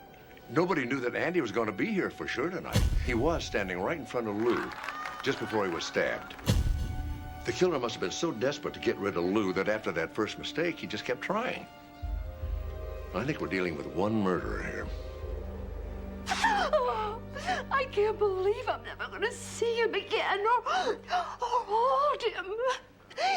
He left the house before I did, and I never got to kiss him goodbye. You two came in separate cars? We had to. He told me he was going to meet someone after the roast, but he didn't say who. This dear. Now, oh, Ray and I are going to miss him terribly. Terribly. And you know, we even named our little puppy after him. Oh, the Shih Tzu. Yes, yes. Oh. Steve, there's a reporter waiting for you. Oh, tell him to wait outside until I'm ready to give a statement, would you? First of all, he's a she, and she said she had some information that might be pertinent to the investigation. She's backstage.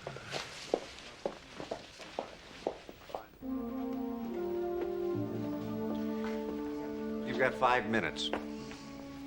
I only need 2. Lou Summers called me this morning.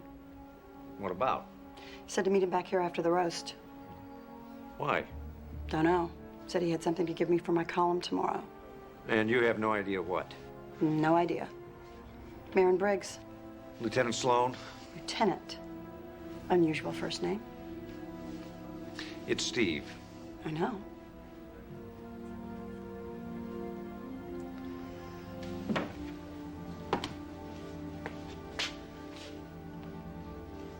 Oh, anytime I can help.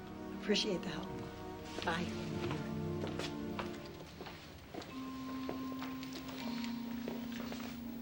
Pretty girl. She's not a girl, Dad. She's a reporter. Oh, I didn't know you couldn't be both. I think we should look through Lou's belongings. He was planning on giving something to Mara. The reporter. Yeah.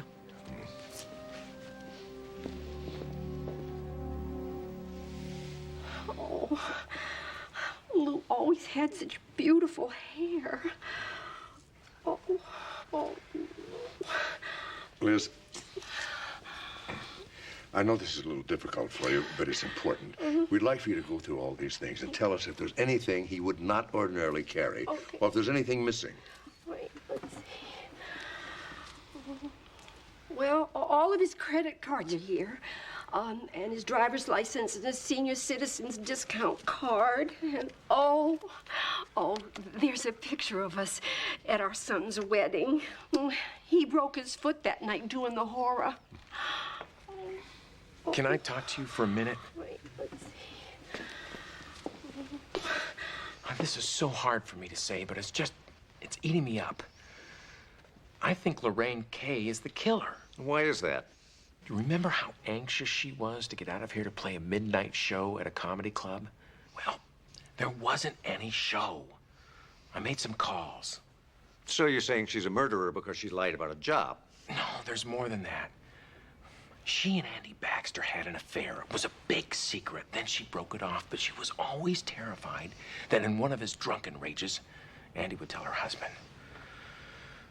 Some friend I am telling you all this. I still don't see why she would have any reason to kill Mr. Summers. Well, maybe she was afraid Lou saw her kill Andy Baxter. About a minute after Lou went backstage, Lorraine made some lame excuse about having to make a phone call. Then she followed him. Now, there's a perfectly good phone in the lobby, but she insisted upon using the one all the way backstage. Don't you find that a bit odd? Well, a little odd, maybe, but I don't think that's proof of murder. Look, I love Lorraine like a sister, but she's got a dark side. Well, isn't that true of most comics? The good ones, yeah. You consider yourself one of the good ones, don't you, Mr. Rosen? I do, one of the best. Because I've got a pretty good idea who the killer is. Who? You.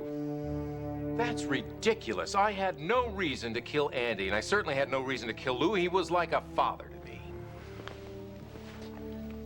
Steve, connect the dots here for me. We're looking for means, opportunity, and motive. Motive? I owe my career to Lou. He gave me my big break. He invited all these network people down to the Laugh Joint to watch my act. And they went crazy over you. Offered you your own TV show. Exactly. So, what's my motive for killing him? Extreme gratitude? I still don't see the dots connecting. Lou gave Lenny the idea of setting a show in a comedy club. As a matter of fact, he named the owner of the club Lou. I didn't know you were such a TV trivia buff. I just talked to a reporter that remembers the story very well. Lou thought Lenny was ripping him off. The show sold into syndication for millions, and Lou figured he was entitled to a piece of it. Everybody knew I wasn't happy when Lou sued me. But what your reporter neglected to tell you was the case was settled out of court. Not only was Lou compensated, he got a co-created by Screen credit, and that was because I insisted on it. So, I guess you can kiss your motive bye-bye. The angle of incidence for both the blow to the back, the head, and the stab wound went from right to left, which tells me that the killer was probably right-handed, but Mr. Rosen's left-handed. I saw him give an autograph to Jesse. I think you owe me an apology. Lieutenant, Dr. Travis is looking for you.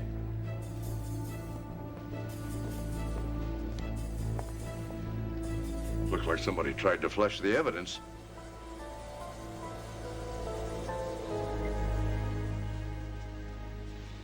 Anything look familiar there, Liz? Not really. Is it a girl? Well, I think it's more than one girl. There's a blonde, there's a brunette, and then there's someone in there darker skin. I just don't know. Do you remember if there was a picture in there? Oh, yes. Oh, Lou always carried around pictures of our 3 granddaughters. Oh, Molly's picture is missing. Does Molly look like any of these? Well, Molly has dark brown hair, so it's not the blonde. And she wouldn't be caught dead wearing bangs. And this just isn't her nose. It's much too broad. I really thought we had something here. I'm sorry, Liz. Wait, let me take a look at this again. Lou's picture of Molly. That was when she was 14 years old, before she had her nose job. Oh, yes, it was her sweet 16 present. Oh, yes. Yes, that's definitely Molly's old nose. It looked just like Lou's. Oh. Lou was probably going to give that picture to the reporter, and the killer didn't want it to happen. Picture of his granddaughter and 2 other girls. What's the connection? Is there a computer around here? Oh, yes, there's one in the office. I need 3. 3 it is. 2 for me. 2 for the man. It's 1. I'll stay with these. Adulterer. That does it. I refuse to let you spread vicious rumors about me. Are you denying it? Yes, I never slept with your wife. I walked in on you. Well, I mean, I slept with her, but I never slept with her. Okay. Come on. Let's get it on. Come on. Man to man. Let's go. Tim, Come on. the 2 of us fell asleep on the sofa after an exhausting game of pinochle. Yeah, that's your story. Well, that's the true story. Believe me, I would remember. I mean, that Mitzi, wow, we. All right, that's it. Boys, 2 murders is enough for one night, don't you think? Sit down.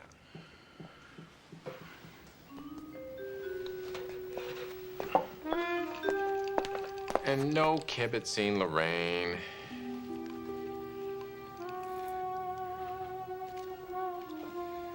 Okay, I'm gonna open with $2. What's he doing? Well, either he's figuring out who the murderer is, or he's lost his cufflink again.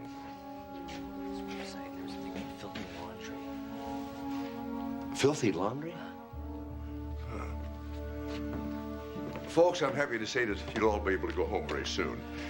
Well, let me rephrase that. Everybody but the murderer can go home very soon. Because I'm about to tell you exactly who the killer is.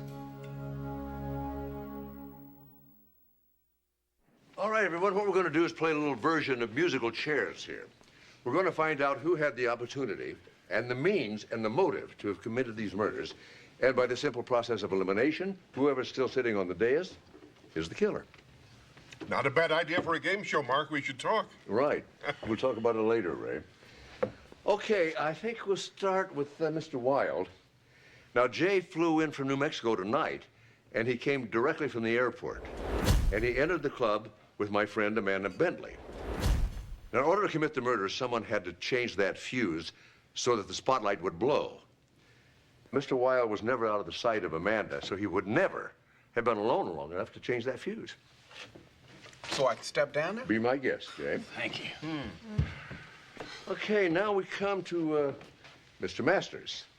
Now, Ray was in the room while that knife was still on the bar there, but then he went to the bathroom, and he didn't come back until just before the roast started. Never went near the bar again. I always knew throwing up would bring me good luck. I'm out of here. Due to the angle of the knife wound and the blow to the head, we believe that the killer was right-handed. Now, I know that Lenny Rosen is left-handed, and so is Tom Porter. Saw Tom dealing cards a little earlier. All right, so we come now down to Mr. Pat Zito. Pat was in the room when that knife was still on the bar. But he was approaching the stage just as the lights went out. I'm innocent. I agree with you. You didn't do it, Pat.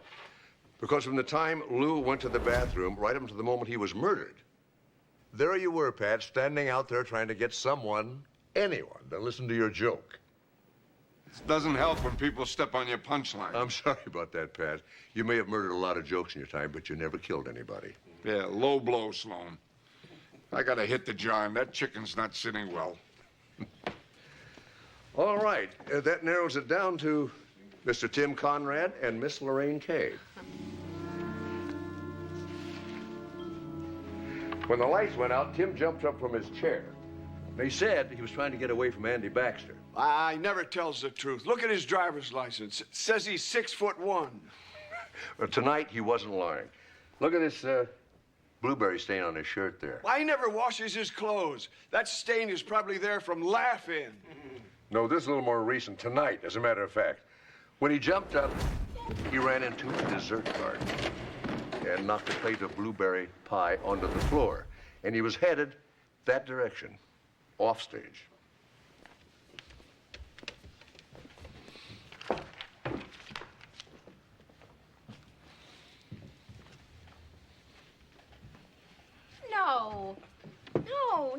No, something's wrong.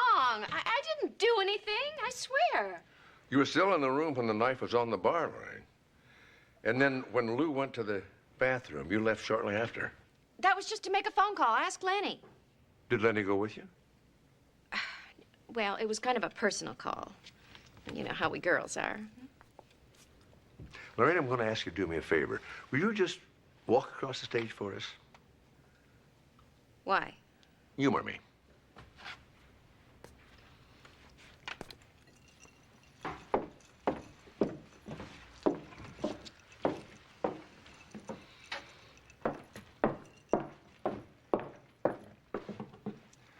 Jesse, did you hear any clicking like that just before you were knocked out? No. No, and Lou didn't either. Because otherwise, he would have turned around and been hit in the front of the head instead of the back.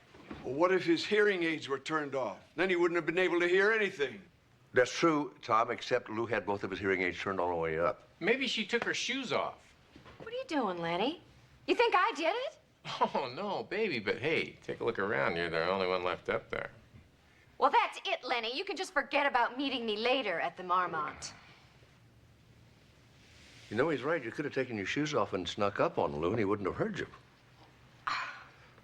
I want to ask you to do a favor. Would you take your shoe off?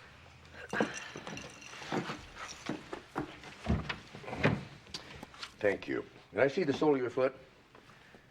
It's clean. And the backstage area isn't. If she had had her shoes off, the sole of her foot would be filthy. It looks like you can step down too, Miss Kay.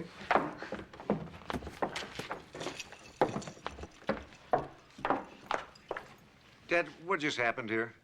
We've got 2 dead bodies, 2 murder weapons, and no murderer. You know, Mark, maybe the game show thing won't work out after all. No murderer. Kind of takes the oomph out of it. No, there's a murderer, all right, Ray, and he had a heck of a motive, too. Jesse, would you tell him what you found out? Sure. There's a website on the internet. It's called Filthy Laundry. I pulled it up. It's on the computer in the office. Anyway, it's loaded with Hollywood gossip and tabloid stuff. About a week ago, they ran a blind item about a comic who has a thing for young girls. Very young girls. I suppose one of those young girls was Lou's granddaughter. Lou was morally outraged. He wanted this comic exposed. Makes sense. So Lou was going to hand over a picture of his granddaughter and 2 other underage girls to Marin, the reporter tonight? Exactly. Now, the killer got wind of this, and he was going to make sure that that did not happen.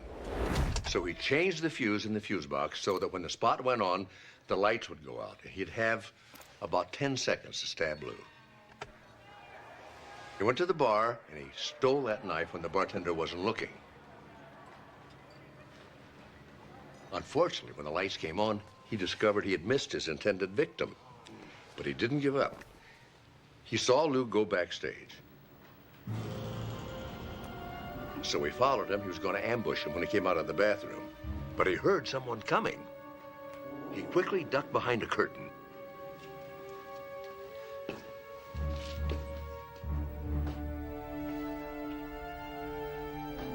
Then knocked Jesse out.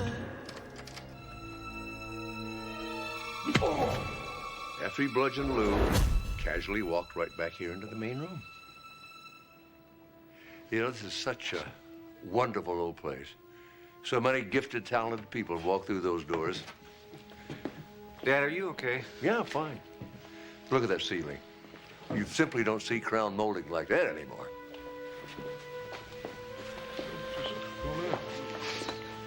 What's wrong with him? Is he giving up? Oh, no, there's method to his madness. I hope. Look at that.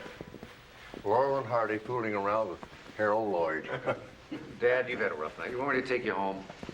I said I'm fine, son. Trust me. Believe it or not, I think the dots are starting to connect. I remember noticing this picture when we came in. It's a shot of the Jokers Club celebrity softball game of 1998. Oh, don't remind me. We lost 28-2. Yeah, tough game. Those strippers had an awesome infield. What interested me was the catcher here. He's got his mitt on his left hand, which means he's right-handed, not left-handed, like he said he was. You find that interesting, Mr. Rosen?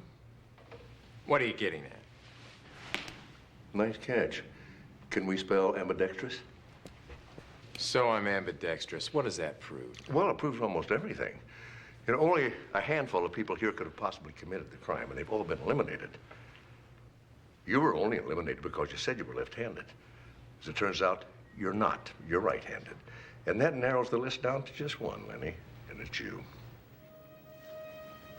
Wait, I can explain this. It's... I broke a date to go to the Marmont with you. Do you know who I made that phone call to? David Letterman. That's right. Big Dave. He's in town, and he was dying to see me. And I blew him off just to be with you? I hate you, Lenny. And I hate your hair. Cuff him and get him out of here. Let's go.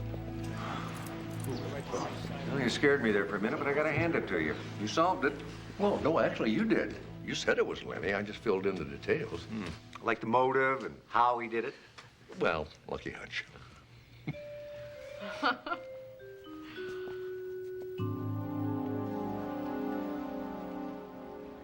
You know, Lou and I, well, we fought sometimes. Whoa. Well, every marriage has its ups and downs. Oh, Lou would have wanted so much to hand you that award personally. I know. If it wasn't for you, I would have lost him years ago to one illness or another. You kept him going. He was a great man, Liz. Neither one of us will ever forget him. Oh, thank you so much.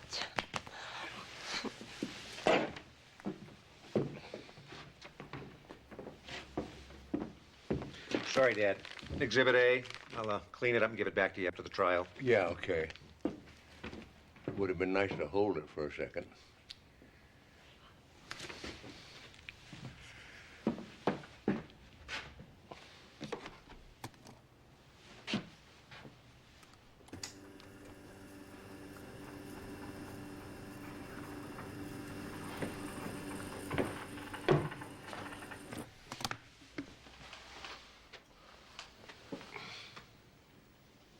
Gee, folks, I'm a little nervous tonight, I must admit, which is strange, because I'm usually so good at these roasts. I was there in Mark's office the other day, and I said I wasn't feeling too well, and he said, well, you have walking pneumonia. And I said, what should I do? And he said, well, take 2 pills every 3 miles. That can't be right. So I'm playing baseball last month, and I sprained my ankle. I go to Mark, and I ask him what I should do. He tells me I should limp. Limp? Is that supposed to be funny, Mark? Mark, congratulations. Listen, I know it looks like I couldn't be here tonight because I'm out of town, but that's not true. The truth is I've seen your work, and this is as close as I ever want to get to you, ever again.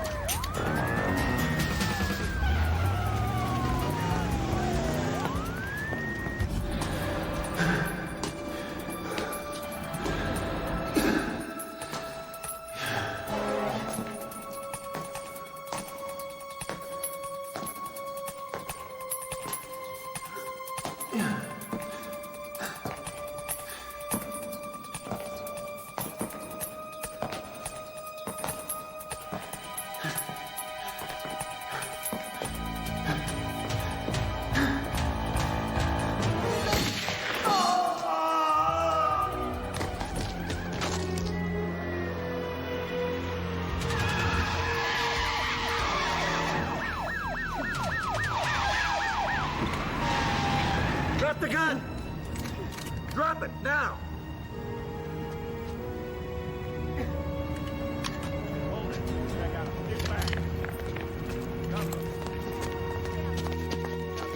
Detective Banks here, request RA unit.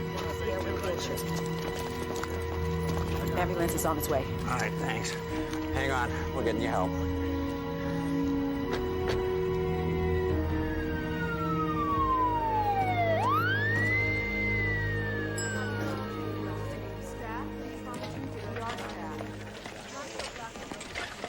Through and through, gunshot wound, upper right chest. Diminished breath sounds, probable pneumothorax. Okay, portable X-ray stat, 2 liters of ringers. Will you intubate? Order 2 units of O-negative type and cross-match for another 3. What are the vitals? BP 90 over 60, pulses 140. He's lost a lot of blood. Let's move. We had a report of shots fired. By the time we got to the location, the shooter's chasing this guy on foot. Any idea what it was all about? The guy was unconscious, and the shooter's not talking till he sees his lawyer. Would you have Jesse call me as soon as he gets out of surgery? I'll call you myself. Thank you. Where's the hotshot doctor that runs this joint? I'm not going to talk to anybody but him. Sir, you have to. Is that who I think it is? It couldn't be. I'm not taking a step until I see Mark Sloan. He would have called, Dr. Mark Sloan. wouldn't he? I'm about to start an autopsy. Yeah, well, you go right ahead. When you get a minute, I'll take a Jell-O. This room is off limits unless you're hospital personnel. Amanda, it's all right.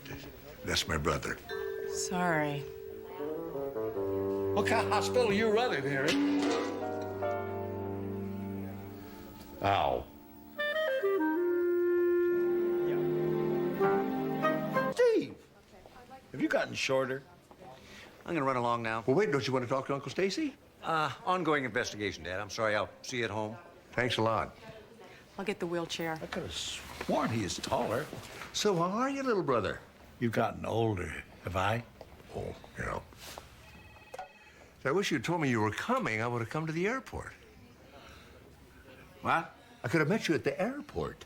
Well, airport. I'd come in on an airplane. I drove the pickup. All the way from Arkansas. Yeah, I had to. That's where I live. I know. So how are you? How's the soda shop coming? Oh, Greg, I couldn't be better. I'm opening up another one in Texas. Really? Where? Flower Mound. Flower Mound? Yeah, and I named a salad after you. You're kidding. Dr. Sloan's big head of lettuce. What's in it? Big head of lettuce and a fork. Well, sounds healthy anyway. You know, speaking of health, I've been having some, my back. It's been bothering me real bad in my I'm not surprised driving all the way from Arkansas. I don't know what it is. Maybe you could take a look at it. Have a look here. Starts like here and runs across down back. Let's see. Down here. I'm pointing down here. You're up way up. Up there. Ah, that's it. Oh. This isn't like that smallpox infection that turned out to be a spider bite, is it? Yeah, it could have been smallpox, real smallpox. Ah, that's, oh, that's it. Have you seen a doctor about this? I'm seeing a doctor. Why would I see a doctor in Arkansas when I got a brother who's a doctor who won't charge me? Will he? Here we are. Oh, thank you, Amanda. You don't suppose it could be that lactose intolerance they talk about, do you? I don't think that'd give you any back pains. No, I'll tell you, I'm sure having abdominal pains, I'll tell you that. Well, we'll have a look at you.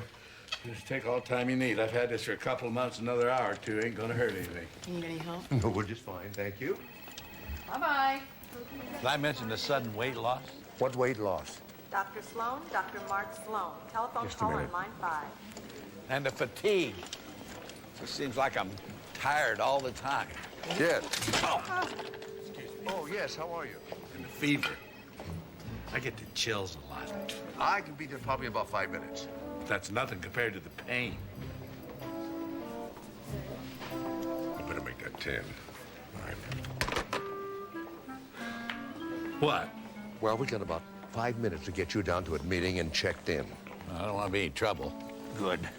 I don't want any special accommodations. I'm glad to hear it. Just whatever accommodations any other dying man who happens to be Mark Sloan's brother would get. Hey, not so fast. Sorry.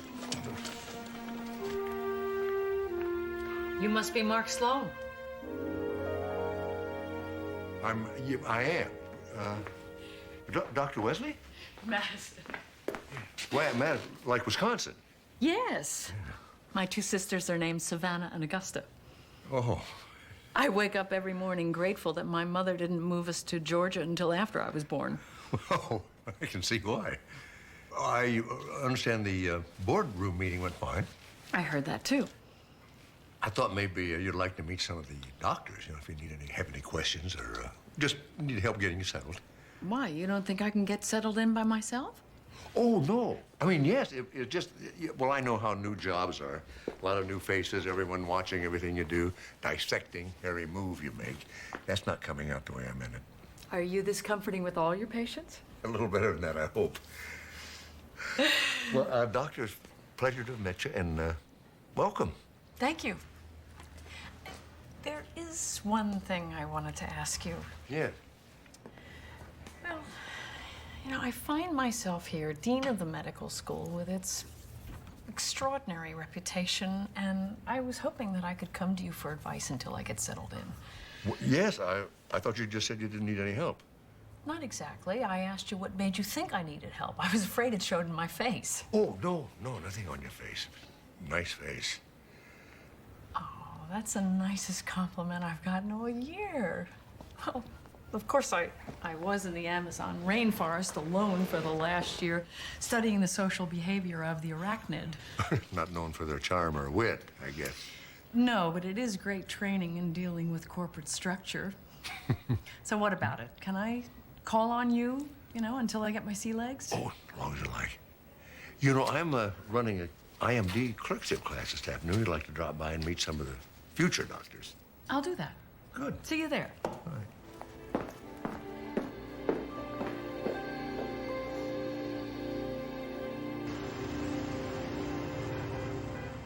Suspect's name is Terry Schaefer. The Terry Schaefer. The investment banking scam. He made off with $3 million. Hasn't been seen or heard from since. So this Ivy League guy, busted for white-collar crime, gives the feds the slip and then blows his cover by playing Rambo in the streets of L.A.? I don't know what to tell you, but it's definitely him. So what's the story on the guy he was shooting at? And that I don't know. There was some speculation that he had a partner at the time.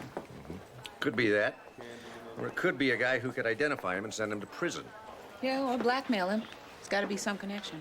Let's go find out. I'm not saying anything until I see my attorney. We'll find the connection. But it'll go easier for you if you talk to us.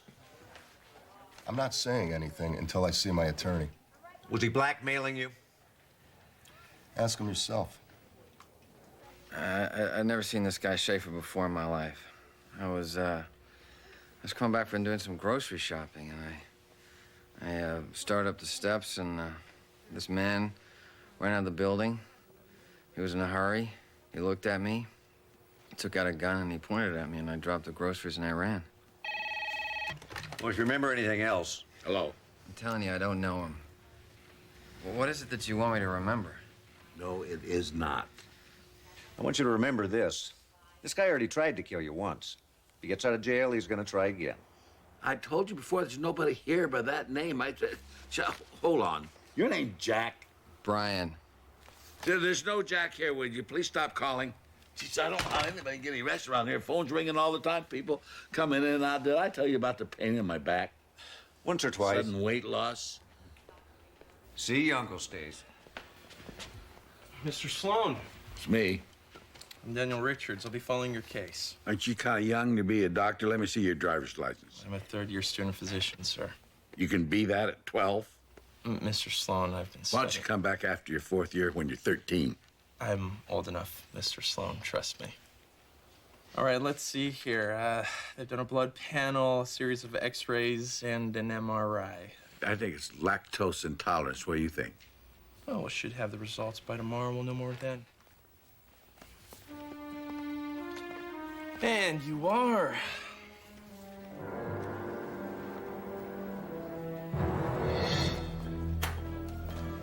Nurse, I need an IV setup, cardiac monitor, stat, and oxygen now. I'll get an 18 gauge. Blue team 5 I got the card. Code blue team 5 south. Give me a 12 lead EKG. This man had a heart bypass 2 days ago. Shouldn't even be at a cardiac ICU. Bypass. Quadruple bypass. That's exactly what the chart says. And the patient had gunshot wounds, which proves you can't always rely on the chart. Sometimes the patient can give you vital information the chart won't show. Yeah, like his name. I had the right chart, just the wrong guy. But I'll bet that's a mistake you'll never make again, right?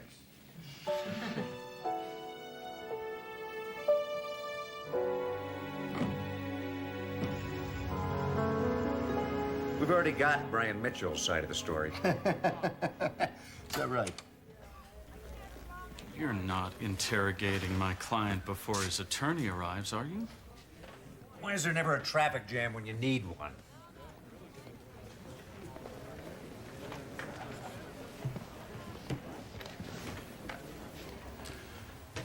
They're charging you with attempted murder. It was an accident. I was cleaning my gun. I was on the roof of the parking lot. I was cleaning my gun. It discharged. It hit somebody. I went over to see if he was all right. The police arrived. That's my story. And the hundreds of people who saw you chasing him on the street? Must have been someone else.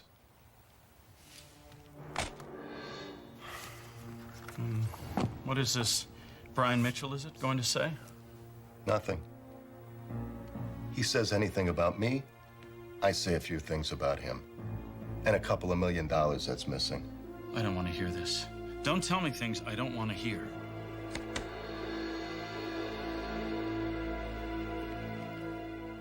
Mark, it's 10 o'clock. Why aren't you home? Oh, well, Stacy's doctor down in Arkansas sent me his medical records. I thought I'd look him over. He's in pretty good shape. Didn't you tell me your brother's always been a hypochondriac? Oh, boy. That's why I don't think it's anything really serious. Still, hypochondriacs get sick, too. Is he supposed to be up and walking around? No. Why? Oh, no, he's doing it again. Doing what again? Hey, how you doing? Did you have reservations? Can I get you a chocolate malt? How about a cherry coke? We have food, you know. A hamburger. Let me get you a half a salad. Wait, what do you want? Oh, yeah. I'm sorry. I didn't see you standing. My foot! My foot! Excuse me, I'm sorry. I need my glasses. Oh, excuse me. Oh, my God, you're a priest. Oh, my God, I said, oh, my God. Hey. Stacy?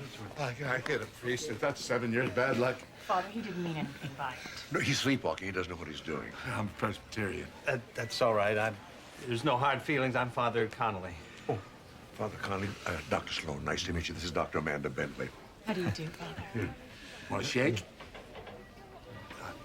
I've got it. No, he means a milkshake. Get the crash cart stat. Doctors, code blue. Wake up! You wake? Oh, yeah. Good. Go to your room. What have you got? I came in to give him his 10 o'clock meds, and I found him like this. What happened? The electric cord from the ventilator had been pulled out of the outlet. Well, the alarm would have Oh, it sounded. wasn't turned on. Coming through. And the room was in complete darkness. I could hardly see the patient. Gel, please. Here you go. Move it up. Clear. Right. Again. 200. Clear. Clear. Again. Clear. Clear.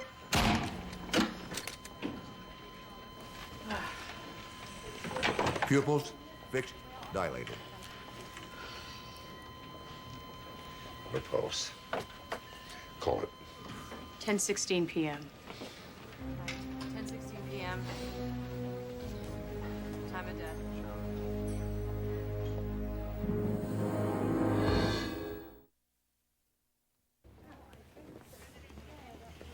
Hey, patient's name is John Martin. He was transferred here from the cardiac ICU this afternoon.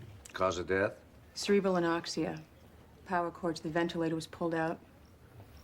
Who was the last one to see him alive? I checked in on him about 9:30. He was sleeping. Everything was fine. Well, I'm gonna need a list of everybody who had access to this room from 9:30 this evening. What? He's probably not responsible for this. Who? Your uncle. Stacy? He was seen leaving this room at the time of the murder. Well, he was sleepwalking. So what are you saying? Nothing. Probably.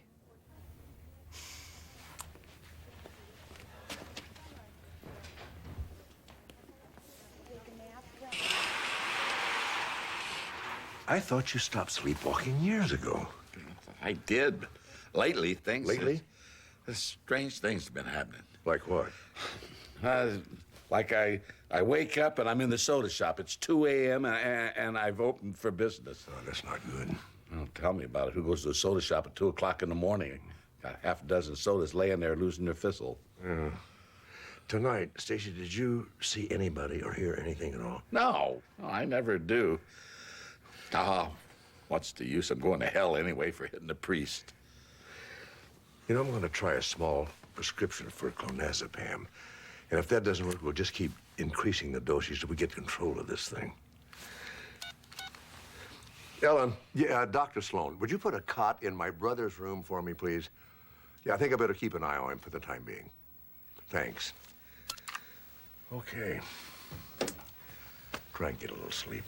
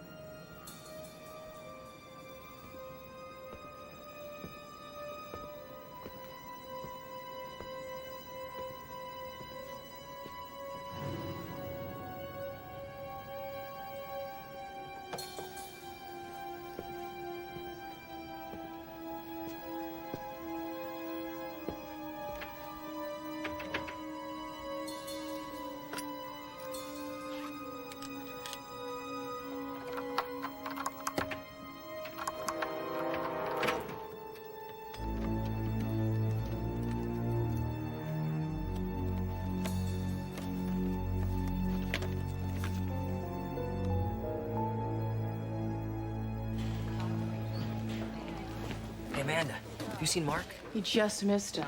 Do you have Stacy's test results? Kidney stone. That would explain the pain, fatigue, chills, fever. Could even explain why he's sleepwalking again. I mean, the pain could be so bad, it's keeping him up at night. I'm gonna go tell him. Will you tell Mark if you see him? Yeah. Kidney stones.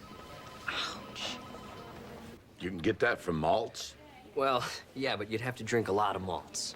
Well, I drink a lot of them. I have a soda shop. I mean, a soda jerk that's allergic to milk, I mean, that's not good. You have a couple of options here. We can just wait for the stone to break up and pass on its own. So how long would that take? Days, weeks, probably not months. Well, what other options do I have? Well, we can use lithotripsy. We have this terrific machine that breaks the stone up. In tiny little pieces. That sounds good. Yeah, but they're just not that tiny, and they're kind of jagged. You know, there's another way. We sometimes use air pressure to vibrate and break the stone up, and then we remove the pieces with forceps. Not these, these are... I tell you what, why don't we do a provocative calcium loading test to determine the full extent of the problem?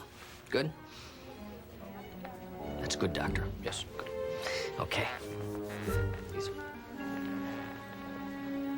Kidney stones? Oh, poor Stacy. No wonder he was sleepwalking. Poor Stacy, poor Mark. When was the last time you got some sleep? Well, that's not bothering me much. Really?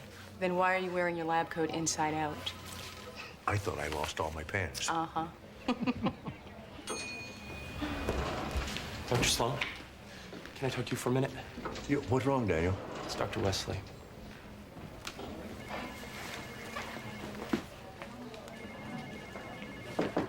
Doctor? Hi. What if I might talk to you about Daniel Richards? Oh, good. I wanted to talk to you about him. Have you looked at his transcript in the last 6 months? No. Well, after the mistake he made yesterday, I thought it would be a good idea to review his record, and it's pretty dismal. I find that kind of hard to believe. He's a good student and a hard worker, too. Well, he may have been at one time, but this semester he's struggling to keep up his grade point average. And after that fiasco today... Well, it wasn't exactly a fiasco. He made a mistake, that's all. You don't think this is serious? Well, yeah, of course it's serious, but he reports to a senior resident and an attending physician. No one was harmed. I don't know what to say. I had just assumed that we had the same objectives. Oh, I'm sure we do. But there are extenuating circumstances here. He got married right out of college. They have a baby. What about the students that didn't get married and had babies? They're the ones who set aside that part of their lives to pay more attention to their education. Why should he have preferential treatment over them? If you put him on probation, that stigma will follow him the rest of his career. Dr. Sloan, I was hired to keep up the academic integrity of this medical school. Nobody's arguing that. Daniel was treating a patient with the wrong chart. I made much worse mistakes than that when I was a third-year student.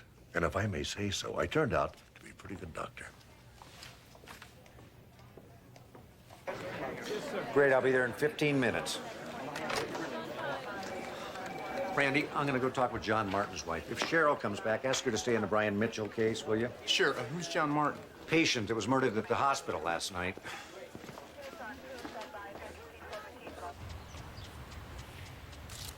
Knew I'd find you here. Oh. Always come here when you want to think. I do? You all right? Yeah, fine. Why? Your book. It's upside down. No. I'm suffering a little sleep deprivation from that sleeping on that cot in the hospital, I tell you. You gonna eat that? No, go ahead. You know, I was just sitting here thinking, sometimes you meet somebody that you like and respect. Madison Wesley. Would you mind letting me beat around the bush a little bit here? Sorry, go ahead. Well, you know, she's an intelligent woman, very appealing. Mm-hmm. Good looking? Yeah. Wait a minute. Let's get you married off, then we'll worry about me, all right? How's the murder case coming? I interviewed Jack Martin's wife. Jack? His name's John, isn't it? No, why don't you call him Jack? Well, it's a common nickname, I guess. Thing is, nobody wanted him dead. He taught Renaissance music at Valley College and Bible school on Tuesday night. Everybody loved him. Well, obviously somebody didn't love him. Did you see anybody that night around his room? No, just the one nurse and an orderly. And of course, your Uncle Stacy. You know, back when we were kids, I was 17, he was probably 13, 14. Got any potato salad? Yeah, help yourself. I came home from the movies late one night, and your uncle is out on the lawn, naked as a jaybird, with his putter in his hand. And I made the mistake of coming up behind him. You don't do that to a sleepwalker. And he picked up his 9-iron and took off after me. He tried to hit you with it? Well, he was asleep. Yeah, but if he had hit you with a golf club, say on the head, he could have done me a considerable amount of damage. How come you never told me this story before? I don't know, it just never came up. So why are you telling me now? Well, he's sleepwalking again. You think he could have killed Jack Martin? No. Do you? Hi, folks. How are you? Thank you for so much. Good to see you. How are you today? Very nice to see you. Could I get you a setup? Strawberry soda. You got it. Oh, no. Right Not again. How many people I'll take care of it. had reservations? Do I have? Hello. You wanna just head on down this way, Do okay? you have reservations? Can't get a seat without reservations. Of course I have reservations in the back room there. Good. Well, come right ahead then. How about a malt? A chocolate malt. Chronic fatigue and muscle weakness.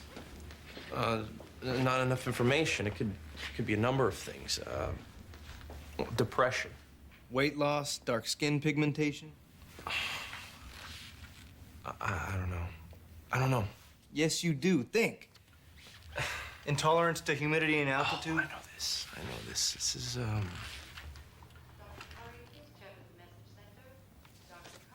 Addison's disease.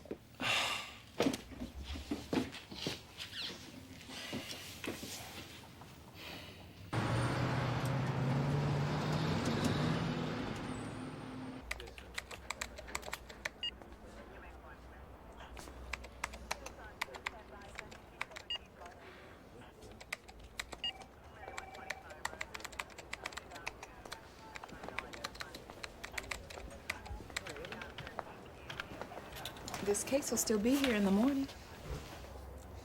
I just can't believe Brian Mitchell didn't know the guy that was shooting at him. Yeah, I keep looking for the money. $3 million Terry Schaefer steals. Tiny amounts from thousands of accounts. And then it just disappears? Where did it go? You think Brian Mitchell took it. Maybe that's why Schaefer was shooting at him. But Mitchell doesn't have a dime. Or he does, and I just haven't found it yet. Well, about 4 years ago, I was working on a case, 5150, bag lady. I was convinced that she'd been drugged by her children, and you kept telling me I was locked into an idea that I should at least consider other possibilities. I couldn't see it. I was right, and that's all there was to it. Yeah, well, this is different. Right. Okay, well, you at least try to get some sleep. Yeah, I'm going home in 2 minutes. Honest? Okay, good night.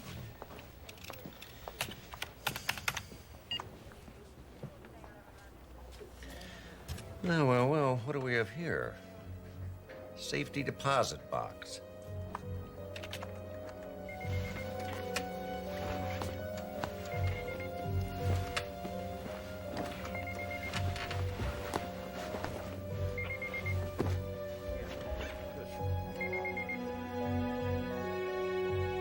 How you doing?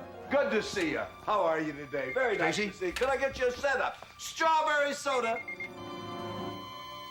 Did you have a reservation?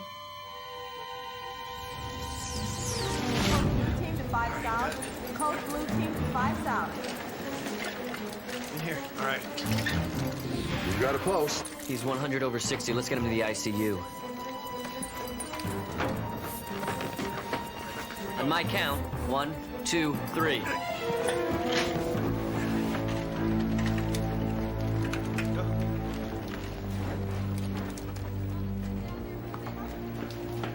What happened?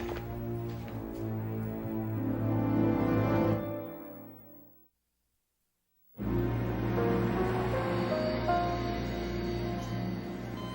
telling you, there was no question of it being an accident this time. He was smothered. His heart stopped, he wasn't breathing. Mark hadn't awakened when he did. Steve, 2 attempted murders, 2 consecutive nights, both occurring coincidentally right after your uncle is admitted as a patient. And he was the only person who was on the scene of both crimes. Look, I know this is none of my business, but I did a little research and found some articles for Stacy's defense. It turns out that there's a long-standing precedent for using sleepwalking as a plea. Going all the way back to 1846, the Terrell case. Albert Terrell was acquitted of killing Maria Bickford because of the insanity of sleep. It was in Boston. And then in 1878, a British father, again, sleepwalking acquittal. 1986, Toronto, a man named Parks drove 14 miles to kill his mother-in-law. Acquitted, sleepwalking. And then, of course, there's this recent case in Arizona where the defendant was found guilty. But when you look at the preponderance of not guilty verdicts... Jesse, where do you get this stuff? The internet. Look, I'm not saying that he did it. You're the only one that isn't.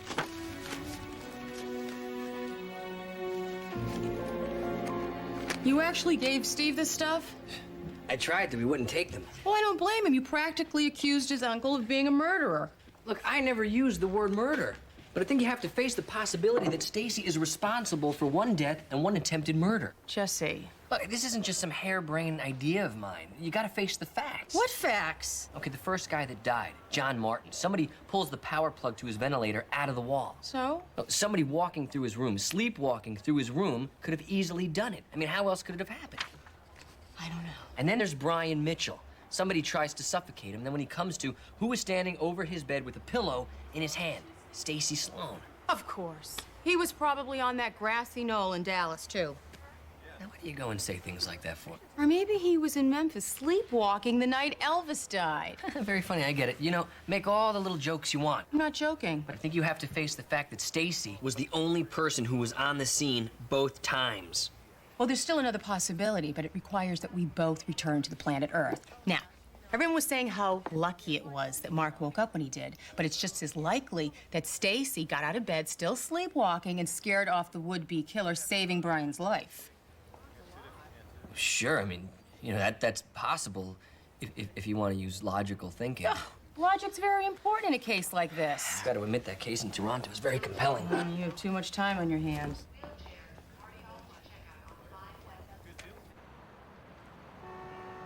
Fix the line, please. The safety deposit box belonged to Brian Mitchell, but his lawyer was here yesterday to clean it out. He had power of attorney. Can you give me a description of this attorney, this Mr. Connolly? Progressive disabling illness affecting nerve cells in the brain and spinal cord. Multiple sclerosis. Cause? Defensive cells of the body's immune system mistakenly attack myelin sheaths of the body's own nerves. Symptoms include blurred or double vision, slurred speech, vertigo, unsteady gait, and extreme fatigue, with facial symptoms including numbness, weakness, or pain. There's no known cure, but there are several treatments that can modify immune system activity. These include corticosteroid drugs, interferon, azathioprine, and methotrexate. All right. You're back. Oh, finally got a full night's sleep. Hey, you're unstoppable, man. Daniel, I'd like to see you if you have a moment. Yeah, sure. He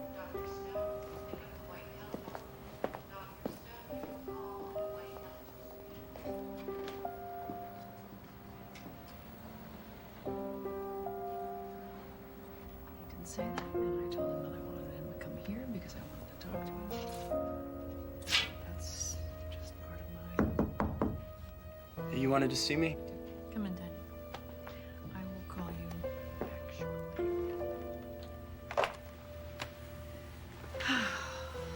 Daniel,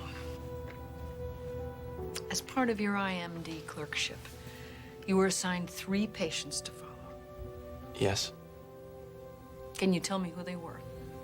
Yes, Stacy Sloan, Glenda Nelson, and And John Martin. when did you last see John Martin? I didn't. Excuse me? I didn't. You mean you weren't in his room the night he died? No, ma'am. She's suspending me for this. I never went near him. But you were assigned to him. Yeah, admitting kept giving me the wrong room. I went back twice. What difference does it make? No matter which way they look at it, I'm guilty. You know, negligent by going in and not seeing the ventilator was off, or negligent by not finding the right room. Either way, I've been suspended and there's nothing I can do about it.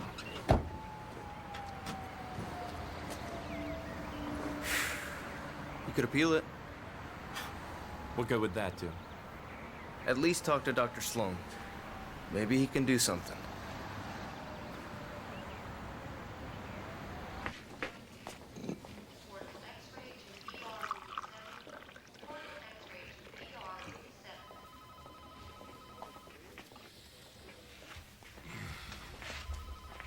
Don't worry, Mrs. Brady.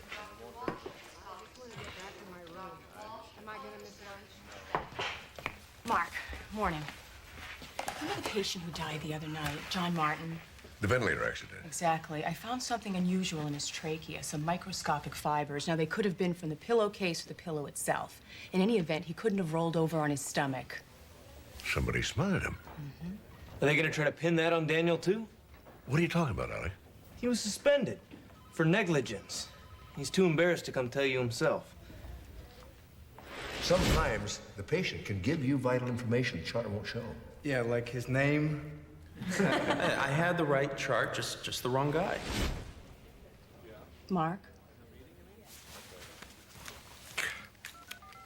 This is Dr. Sloan.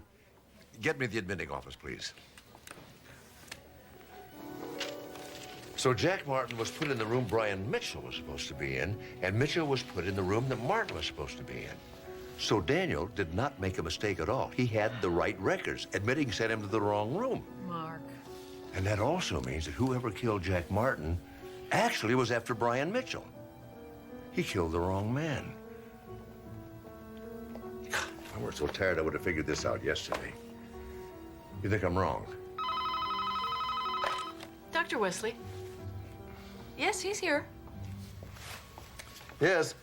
Mark, Brian Mitchell just regained consciousness. You better get up here. Steve is on his way over. We'll be right up. You want to come with me and get ready to admit you're wrong? Honestly, I hope I am. But you were asleep. It was dark in the room. I saw him all right. Came over and pushed the pillow down on my face. I tried to fight him off, but he was too strong. It was your brother. He tried to kill me.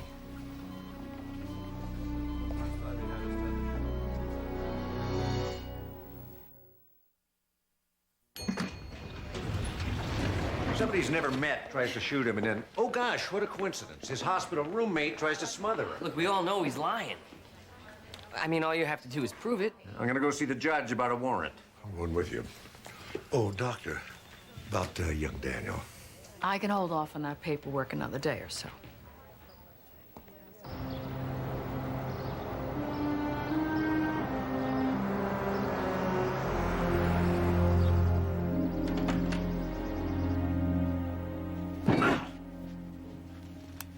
You all right? Yeah, didn't see the ottoman.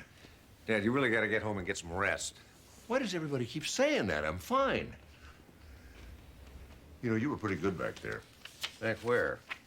Convincing that judge to let us poke around in here. Well, 2 attempted murders. 3 if Jack Martin was an accidental victim. Brian Mitchell has to be connected in some way. How could the judge turn me down? Robert Olson. Who's Robert Olson? I don't know, but apparently he went to Harcourt. The most prestigious business school in the country. Yeah. Well, good. Good, yeah. And I'll bet you he later changed his name to Brian Mitchell. Well, why else would a man hang on to somebody else's Harcourt ring? Well, a lot of reasons. Name one. No, I think he changed his name. Now, I guess he'd have to if he stole $3 million from his partner and then disappeared with it. But how are we going to prove it? That's him. Robert Olson is Brian Mitchell. Mm-hmm. There's Terry Schaefer. They definitely went to school together. Yeah, but that doesn't mean they knew each other there. But that does. They were in the same business club. I'm willing to bet once one knows the other has talked, they'll both admit to being in this investment scam together. But Terry's still in jail, so we don't know who went into the hospital to kill Brian Mitchell. And killed Jack Martin by mistake. He wouldn't recognize the man he was killing? Well, lights were out. It was dark. He didn't have much time. Wait, that guy there, isn't he familiar? That's the priest. Father Connolly said his name was. Connolly? The guy that Stacy knocked down in the hallway. The night Jack Martin was killed. Take a wild guess at the name of the guy that cleaned out Brian Mitchell's safe deposit box. Connolly. So, if the 3 of them were in this together, that might explain why Mitchell was trying to frame Stacy. My guess is one of them tried to double-cross the other somehow. We'll find out before we take it to court, I promise you that.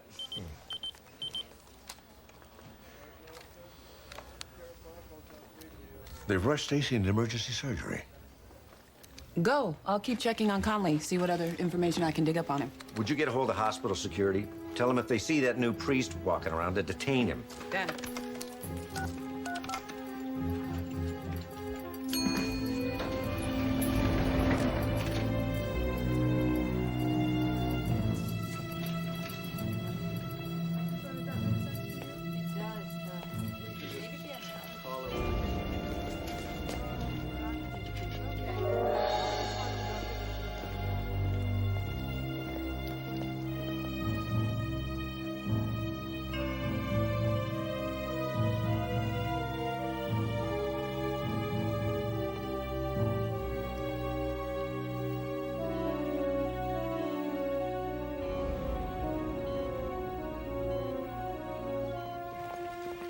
Stacy?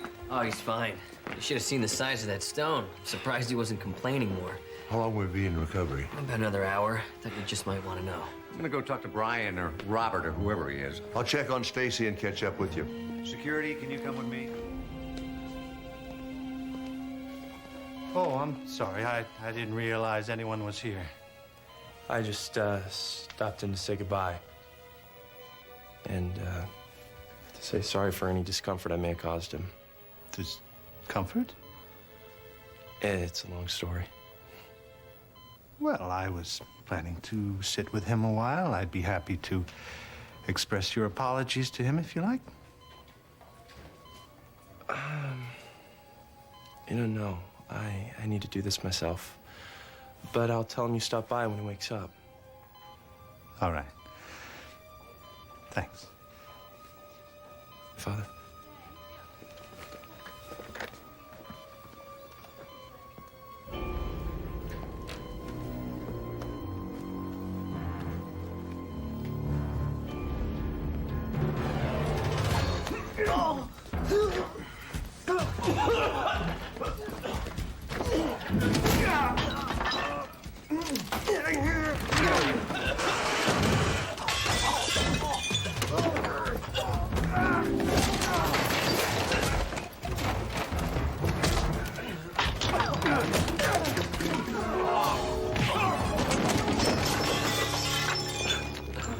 Hold on right there.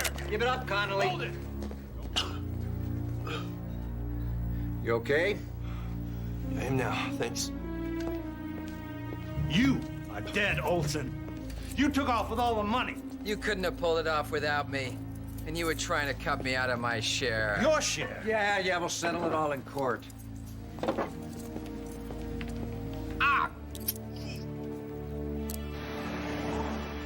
I don't know why I have to ride in this stupid contraption. It's company policy. We have to get you out of the door with no problems. I got 2 feet. Oh, Dr. Wesley. I'd like for you to meet my brother, Stacy Sloan. How do you do? Dr. Wesley. He's on his way home to Arkansas, where he owns a soda shop. Is that right? You wouldn't be interested in investing in a soda shop in Branson, Missouri, would you? Oh, I don't think so. I don't mean to interrupt, but I wanted to tell you something. Daniel Riches is on probation? Thanks. I asked you to help me, and you did. I didn't see it at the time. I gave up a lot to get where I am. I figured that. I tend to be a bit judgmental. We all do. I hate to break up this hallmark moment. I gotta get back to the soda shop. Will you validate my parking? Stace, I'm sorry, we don't do that. Fine, will you give me $150 then? No. No. You have time later on to grab a bite? I'd love it. Little brother, let's not make it so long next time, okay? Good to see you again, bro. Right, take care. And I think we got that sleepwalking under control. No problem. How are you? Good to see you. Did you have reservations? Jimmy, which color suits me best? Why don't you try them on? Yeah, I think I better.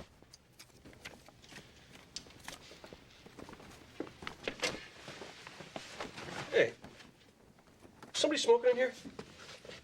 Excuse me. You smoking? Mind your own damn business. No, you don't understand. I like cigarettes.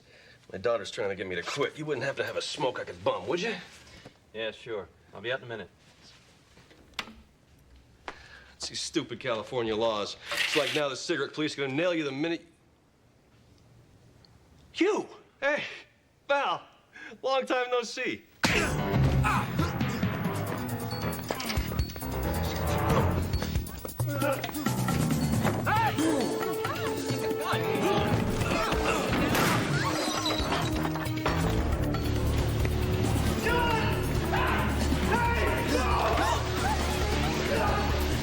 This was his first time in the store. After he chased him down the street, he came back in here, he gathered up his clothes, and left. Why didn't you try and stop him? Lieutenant, in the store we have a policy. The customer is always right, especially when he has a gun. He seems to have stolen the other man's wallet and ID, too. The other man, you mean Mr. Eastman? Mr. Eastman? You do know him? Quite well. We just upgraded him to a titanium account. Would it be helpful if I gave you his address?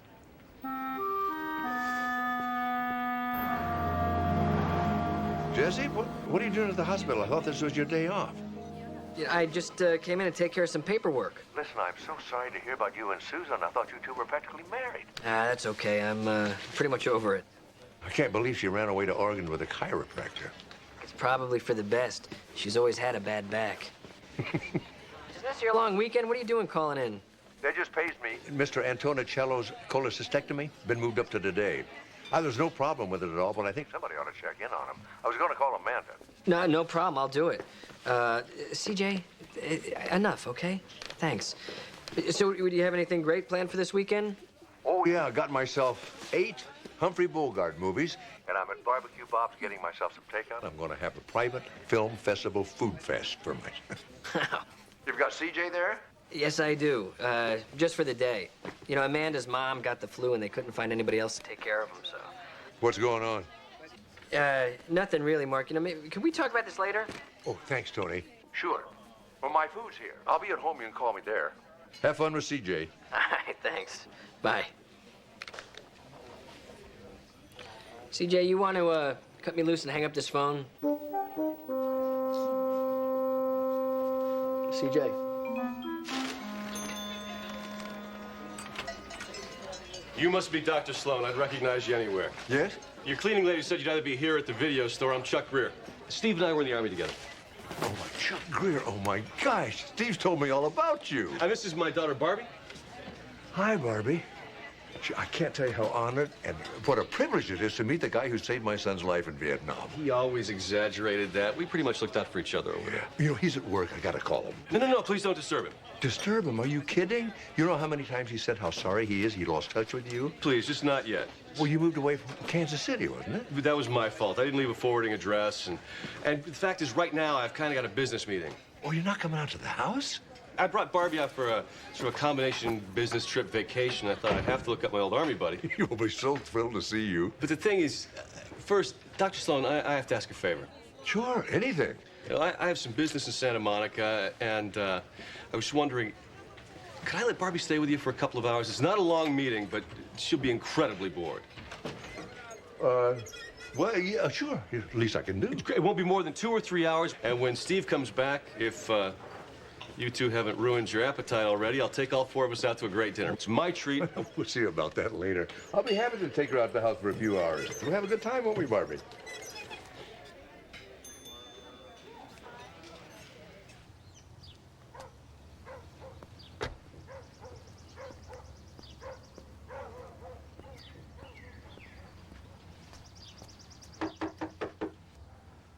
Mr. Eastman?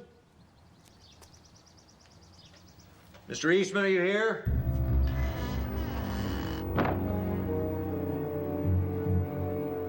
The place was ransacked? Completely. I don't know if they were looking for it, but it doesn't seem like they found it. And you don't think anybody was home when the place was trashed? No, there was no sign of a physical struggle. What I don't understand is your concern about these photos you found. Well, Captain, everything in that house, letters, bills, papers, I mean everything, said Ralph Eastman. So? Well, it's these pictures, sir. I know this man. We were in the Army together. His name is Chuck Greer. Yeah, well, you sure it's the same guy? I spent 18 months with him. I mean, I did a tour of Vietnam with him. Captain, I know that man as well as I know you. Now, for some reason, he's calling himself Ralph Eastman, and this morning somebody tried to shoot him. Aha! But my guess is that the shooter found Chuck's address in his wallet and then went out to ransack the house. And you don't have any idea what he's looking for? No, sir. Okay, you got it. What? Time to check into things. That is what you were asking for, isn't it? Well, yeah, but would you prefer to do it on your own time? No. Thank you, sir. Oh, hey, Sloan. Yes, sir?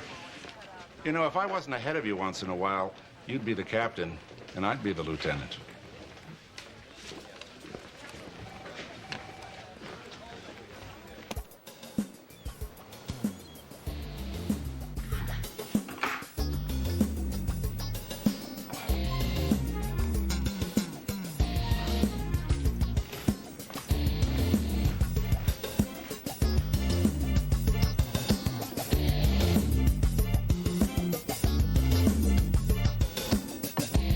You want a soda? Barbie? You want a soda?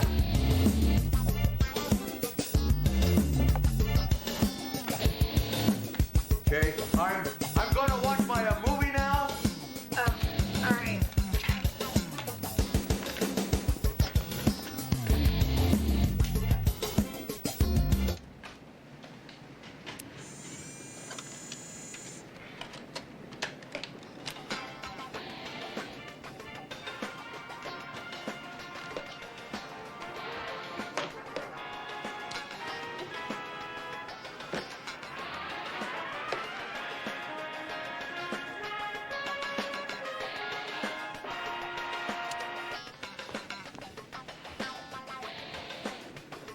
Barbie, Yeah, I can still hear that. Maybe you could go in the other room and listen. I like looking at the water. Well, why don't you go out on the deck? It's gorgeous out on the beach. It's too hot. Barbie, I'm trying to enjoy this movie. I knew this was gonna happen. Well, I'm trying to make it work for both of us. Fine. All right, I'll leave it up to you. What do you want to do? You mean anything? Sure, why not? You're not gonna wanna do it. Try me. Well, I heard there's a great video arcade on the Santa Monica Pier. Video arcade. See? I told you you weren't gonna wanna do it. Well, no, wait a minute. I think it sounds kind of fun, actually, but I was just thinking about your dad. He's going to come back. I don't think we have time. Yeah, right. Come on, there has to be something around here we can do that's fun. I got a lot of great movies on tape. Like? Maltese Falcon, Desperate Hours, The Big Sleep. These aren't even in color. Listen, they made some pretty good movies in black and white. As if. Look, I'm gonna go take a shower. I can't take a shower without disturbing your movie, can't I?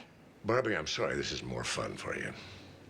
It's my old man's fault, not yours. Well, the guest room's down the hall. Shower's right next door.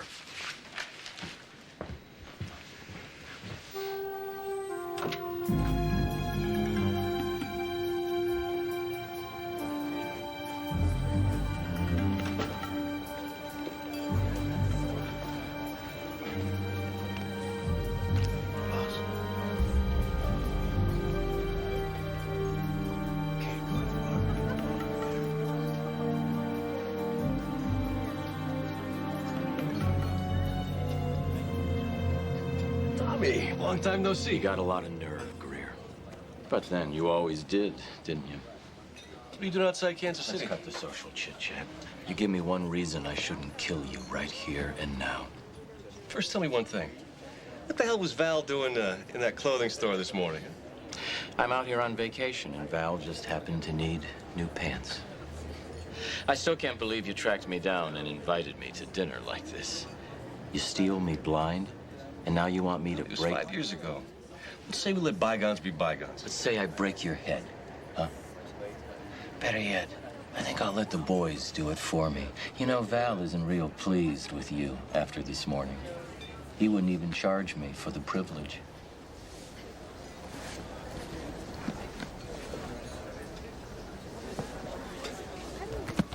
This is why I brought you here. Open it. Hey, if it's a bomb, I go up too.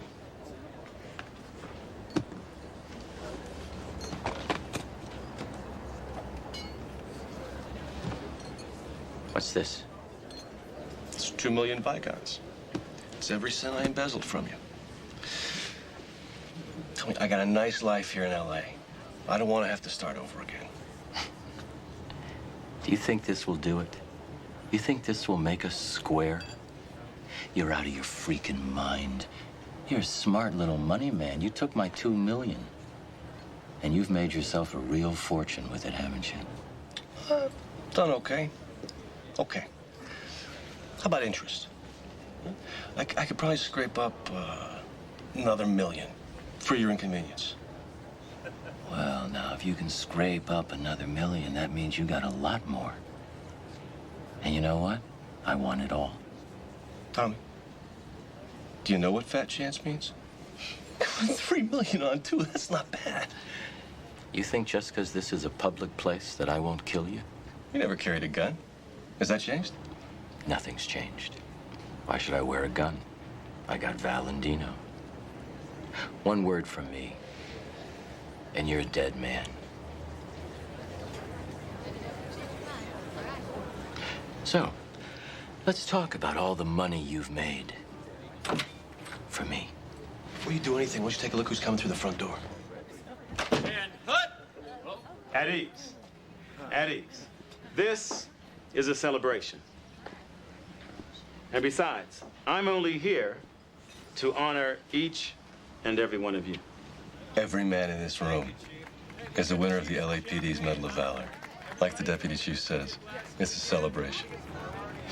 You think you're pretty smart, don't you, Greer? Ladies and gentlemen, I'd like to propose a toast to a citizen who says he's just trying to show his appreciation to you, Mr. Ralph Eastman.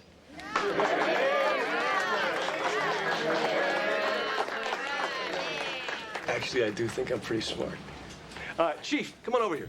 I want to introduce you to a friend of mine from Kansas City, Tommy Toussaint. Tommy, this is the Deputy Chief of Police for Los Angeles County. Gentlemen, I apologize. Something came up. I have to leave early. So, Chief, why don't you take my seat? I think you and Tommy probably have a lot in common. Oh, thank you. I will. Oh, is this yours? No, that belongs to Tommy. Hope to see you again before you leave town. my friend. Count on it.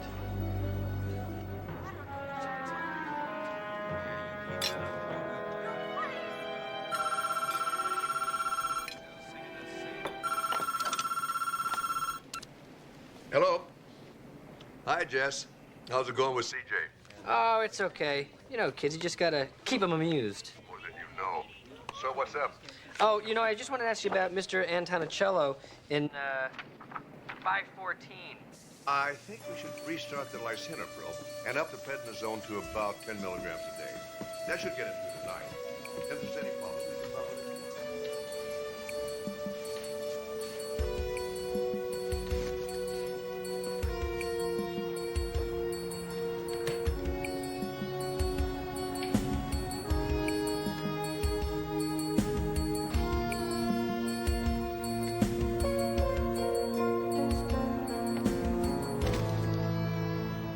When my son was your age, he did exactly the same thing. When I found out what he was doing, I tried to lock him out. He became an expert in getting back in the house the same way. I'm sorry, Barbie. We have to wait for your dad to come back. He's not coming back. What are you talking about? Of course he's gonna come back. Dad? Yeah? Dad, you out here? Over here. Can't stay. I just got to change clothes and get back out to... Aren't you Chuck Greer's daughter? Yeah? So? Her dad dropped her off this afternoon, said he'd be back in time to take us out to dinner. Where is he? I need to find him. Please, it's important. I don't know where he is. But he said that I might have to stay with you guys for a couple of days.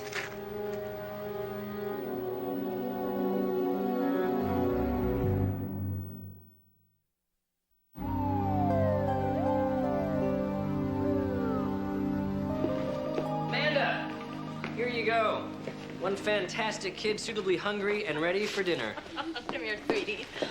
Oh, Jesse, I'm so sorry. Have you had CJ all day long? It's fine. I got a lot of help from Janice and the other nurses, and we had a great time, champ. Yeah, Jesse's great, isn't he, Mom? Oh, I think so. Do you have everything in your knapsack? Jesse lost some of my crayons, but he promised to buy me a whole new pack. Oh, I don't think that's necessary. No, it is necessary. I lost Fuzzy Wuzzy Brown and Cerulean. Cerulean. That's right. And no serious crayoner should be without Fuzzy Wuzzy Brown and Cerulean. Cerulean. Jesse, you want to come to dinner with us? I'm sure Jesse has plans of his own tonight, honey. Mom, he owns Barbecue Bob's. Well, actually, you know, I am officially unattached now, so I guess I don't have plans. So would you like to come with us tonight? I would love to. Yes!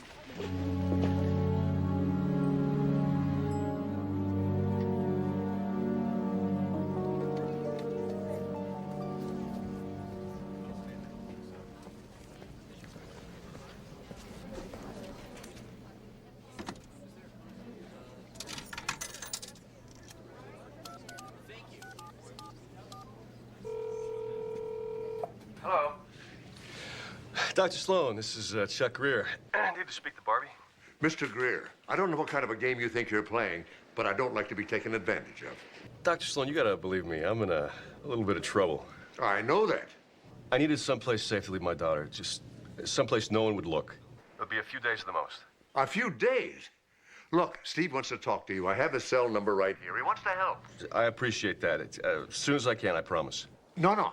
Not as soon as you can. Now. I'll make a deal with you, Dr. Sloan. Let me talk to Barbie. I know that she's worried about me, and then I'll call Steve. I promise. Please, Dr. Sloan?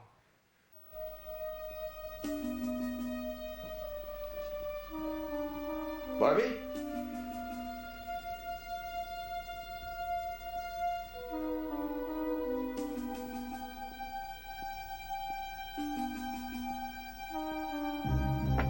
Barbie, you in there?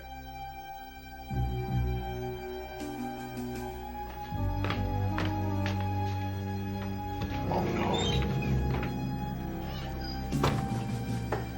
She took my car. Are you kidding? Somebody lent you a car? Who? Hey, Angela, what do you care? Do you want to go to the arcade or not? Sure, I want to go. Okay, just call Becky, and I just have to change out of these dorky clothes that my father made me put on, and I'll pick you both up at her house in like 20 minutes. Okay, see you there.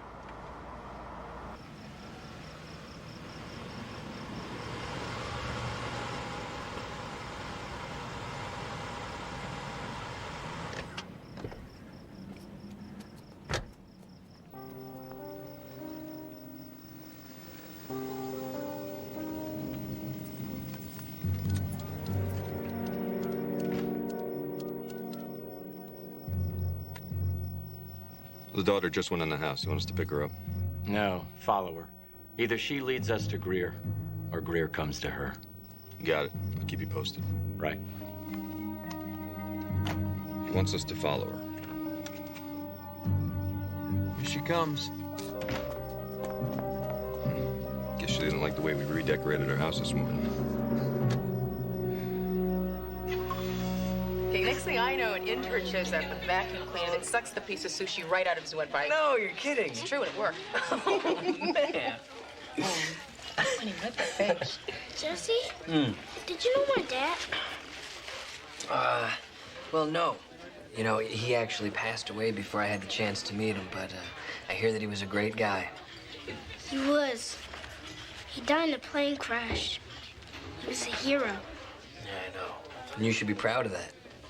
How come your girlfriend left you? CJ. It's okay. And, you know, CJ, sometimes people just don't get along. You know, they have different plans or different ideas. You and my mom get along.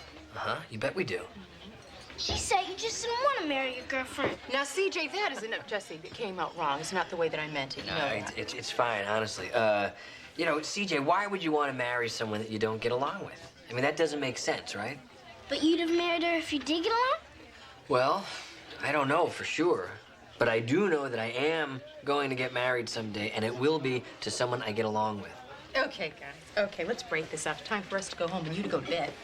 No, I want to stay with Jesse. I'm sure you do. He's trying to tell you had a good time today. I did too. So, since you get along with my mom, why don't you marry her? And then you could be my dad.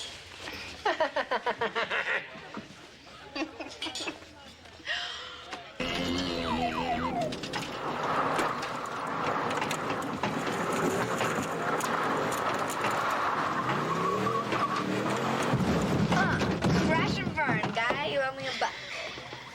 Thank you. Okay, who's next? How'd you know? Simple deduction, Watson. This looks kind of exciting. I'm not going home with you. Well, maybe not yet. This enough to play? You want to race me? I had a hot rod when I was a kid. I'm going to give you a run for your money. Tell you what, I win, we go home. You win, we say, right? Fat chance, Dr. Sloan. Fat chance. Set, go!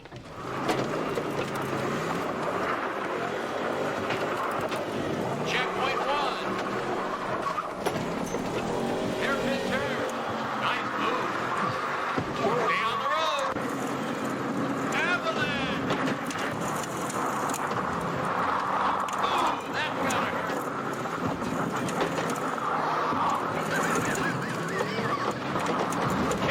Hey, you ran me off the road. Crash and burn. Best racing, sweetheart. Want to go 2 out of 3? You're on. Well, that was fun. My father would never take me to a video arcade. Did you ever ask him? You know, your father's very worried about you. Yeah, right. No, it's true. He called and wanted to talk to you, and that's how I found out you were gone. He was pretty upset. Yeah, sure.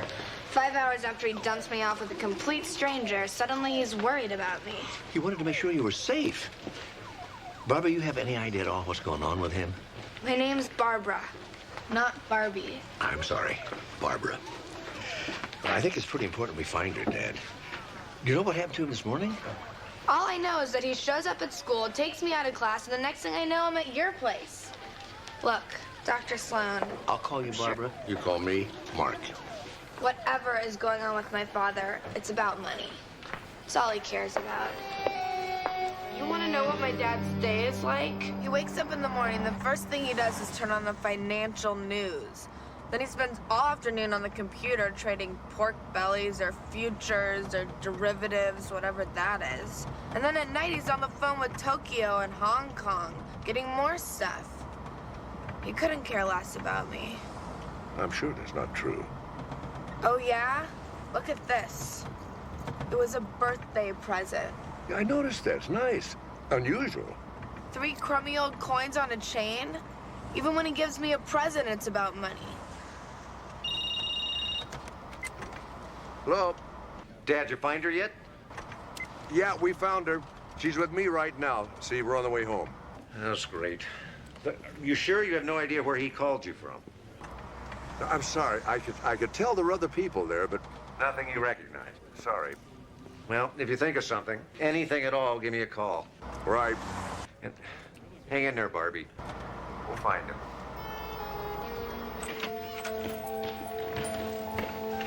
I'm going to check and see if your dad's called in.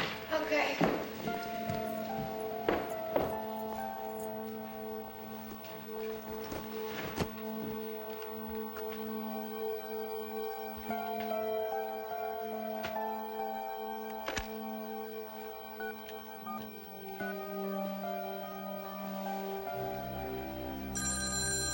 Thanks.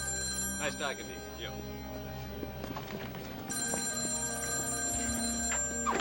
Hello? Yes, hello. This may sound a little strange, but can you tell me exactly where you are right now? Tommy, we followed her to some house in Malibu. Yeah, give us the word and we'll grab her. Okay.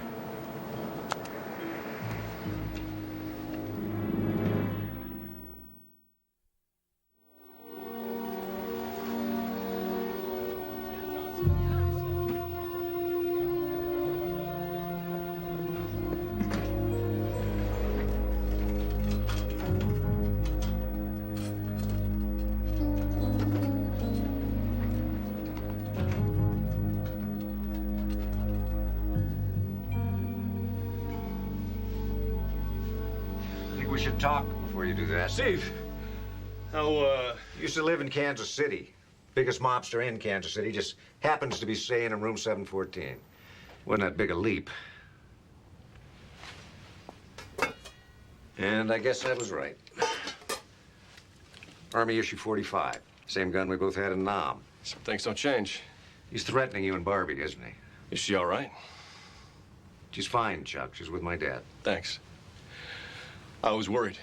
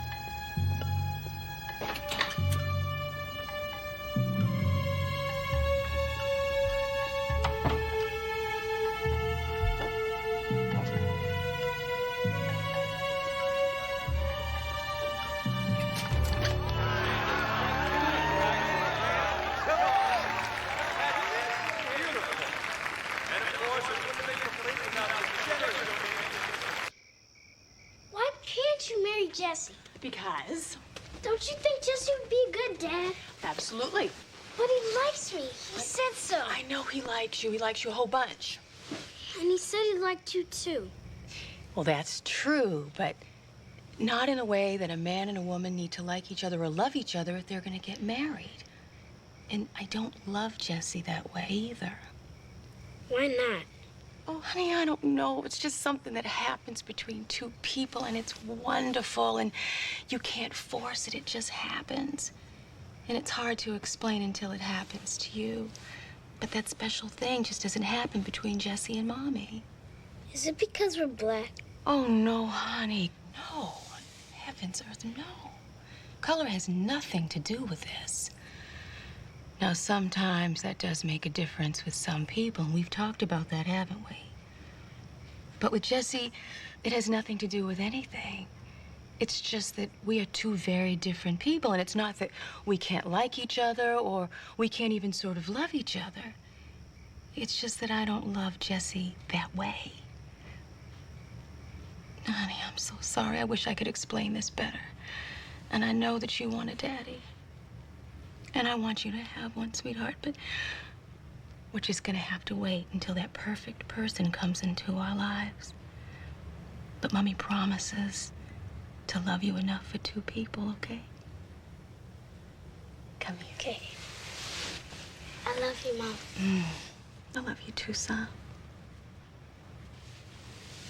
I still wish he could be my dad. It's time for bed. You've had a long day, and don't forget to say your prayers.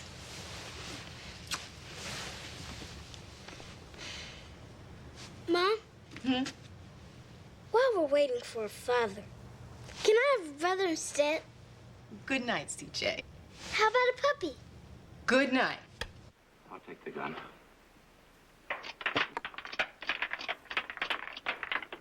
An empty gun? You crazy? Maybe. But Griffin doesn't think so. That's a pretty long shot, isn't it? I don't have any short ones in sight, do you? A little restless, are we?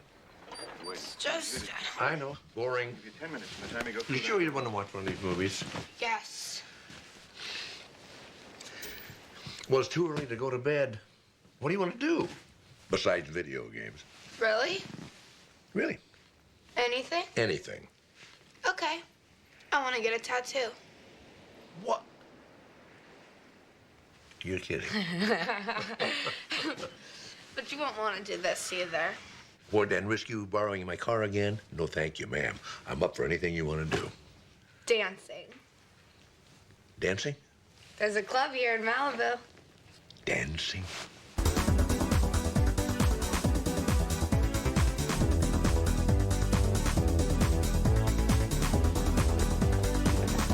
Who's the old guy you're babysitting?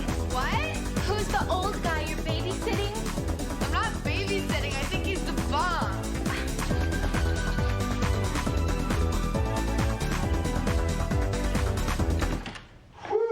Oh my gosh, I'm so exhausted. You're exhausted. Haven't had that much fun since I was your age. No more excursions for you two. We're gonna stay right here until the kid's father shows up.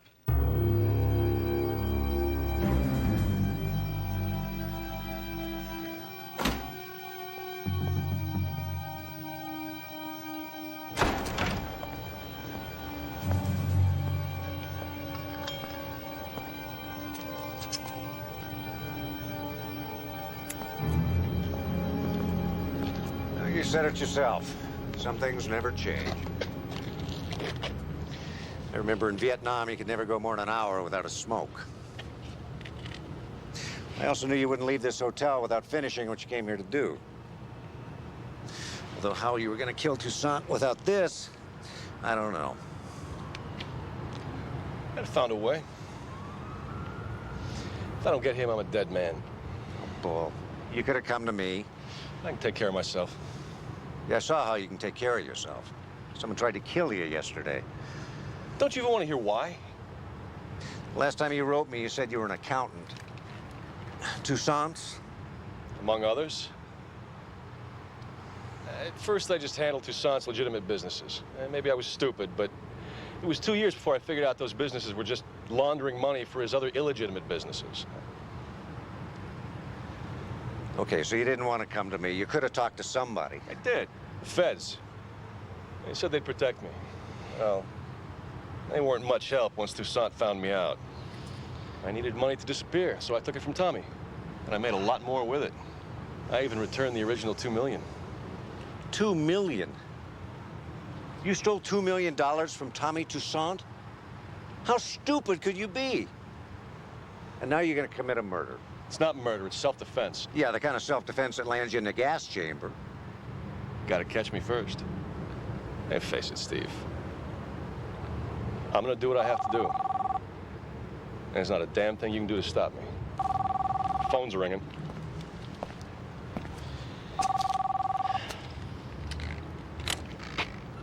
Sloan here. Oh, my God. Toussaint has Barbie and my father. Wants to talk to you.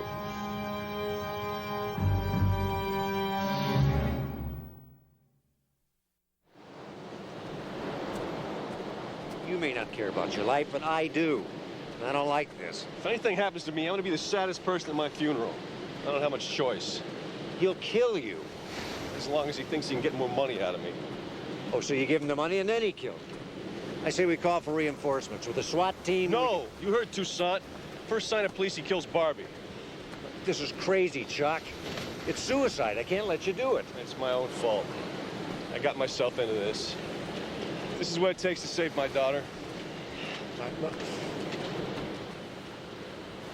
We should at least have a plan. You got any ideas? Maybe I do. You think there's a problem? He should be here by now. He'll come. What's taking him so long? Getting the rest of the money. Wherever it's stashed, he said he couldn't get to it till morning. Yeah, but maybe he We have got his little girl. He will come. Get real. You guys are a bunch of idiots, you know that? You think my father would risk his life for me? You don't know him very well, do you? Barbara. Let's see. Barbie in one hand, money in the other. Oops. Well, I know which one weighs the most in his mind. Barbara, you didn't talk to him on the phone like I did. He loves you. Yeah, right. Hey, nice threads, doofus. You keep that jacket just a little bit longer, maybe it'll come back into style. Cut it out, you little nose wipe. You're getting on my nerves. Yeah, what are you gonna do about it? Now, you got some mouth, kid. Why don't you make yourself useful? Go brew some coffee. Make it yourself.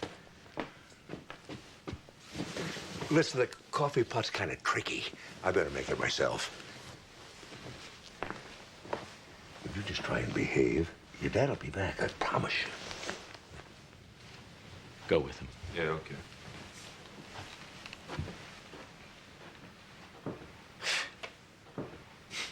So what happens when Chuck gets here? That's up to Tommy. Gonna kill him? Because if you kill him, you have to kill me. Otherwise, you'll have a witness. And the girl, too. Just make the coffee, okay? Did you ever kill a little girl before? In cold blood? Look, you keep this up, I might have trouble killing a little girl. But shooting you, it's gonna be a pleasure just to shut you up. I see him. He's coming. What's he doing that for? I don't know. Doesn't look like he has any money with him. He better, if he knows what's good for him. I told you he'd come. It'll be all right now.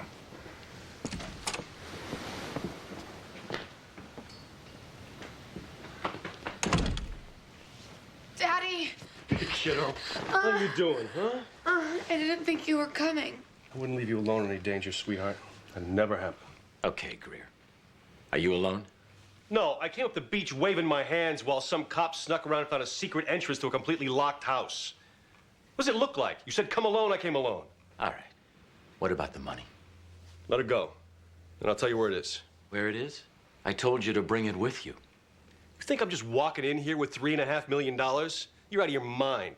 You let Barbie and the doctor go, and you and I'll go get it together. Oh, sure. I release the one hold I have on you, and then we go somewhere to get the money. Yeah, I was born in the morning, but not this morning. Take the girl. No! Hey, leave her alone! She had nothing to do with this. So now, I ask you again, where's the money?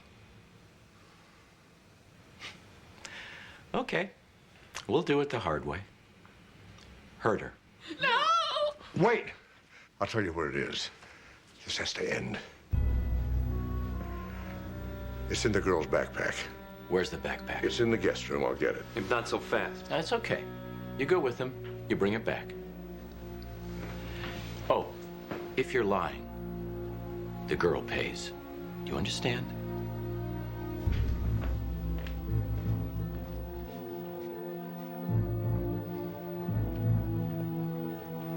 Here it is. I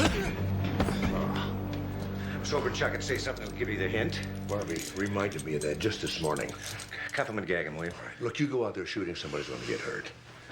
Will you get a better idea? Yeah, I think I have. How much do you remember about the old Bogart movies?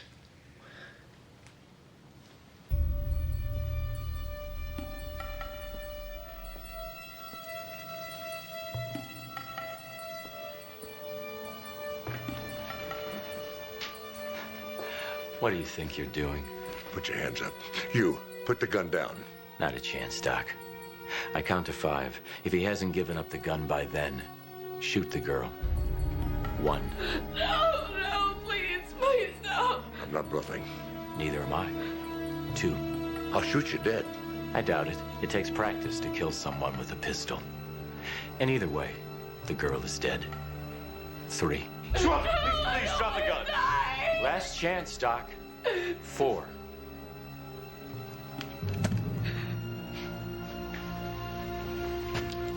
Stupid. Just a real stupid move. Where's Val? In the bedroom, I hit him over the head.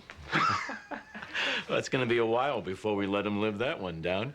Go back there and slap him awake, and then bring him back here. Go on. I can hold the fort for a minute. Well, so I guess the story of the money in the backpack was a lie. That's all I could think of. Well, so I guess we're back where we started. Where is it? Listen, Greer, it's your daughter gonna suffer. So let's cut through all the crap. And you just tell me right now where it is, okay? It's in a safe deposit box. I'll take you to it. We'll get all of it. Good. Meanwhile, Dino's gonna hold the girl here. Anything happens to me, she's dead. Hey, Dino! Val! What the hell's keeping you two? Now you can drop it. I mean, how many times do we have to go through this? As long as I hold the girl, there's nothing you can do. Well, that would be true if the gun were loaded. You're bluffing again. No, not this time. We took it away from Val in the bedroom and unloaded it before it came back in. Who the hell would come in here threatening someone with an empty gun? I would. Guns are dangerous. I wouldn't want to see anybody get hurt. Yeah, right. You're just trying to get me to look at the clip. I take my eyes off the girl, he shoots me. Tell you what, Doc, I got a better idea. So what do you say now, Doc? Is the gun still unloaded? Why don't you pull the trigger and see? Well, you think I won't? Don't ever threaten my daughter! You want to know where the money is, Tommy? You want to know where it's been all along? Take a look at my daughter. Look at the necklace around her throat. 3 coins, a 1913 Liberty Head nickel, worth $1.3 million last time it was at auction. A 1933 St. Gaudens Double Eagle, worth approximately $1.5 million, and an 1873 CC dime, a real deal, at $600,000. You're not too bright, are you, Toussaint? Almost $3.5 million. You've been staring at it all along. You didn't come back for me. You came back for the money. Oh, Barbie, that's not true. You really had me fooled for a second. I thought that maybe you really loved me. I do. Oh, sweetheart. I don't care about the money. I only care about what we can do with it. I want it for you, for clothes and schools and all the things I want to give you.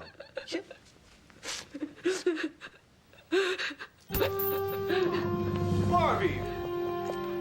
Barbie! You're taking this all wrong. Barbie, come on, I swear, I came back for you, not the necklace. Hey, Barbie, please.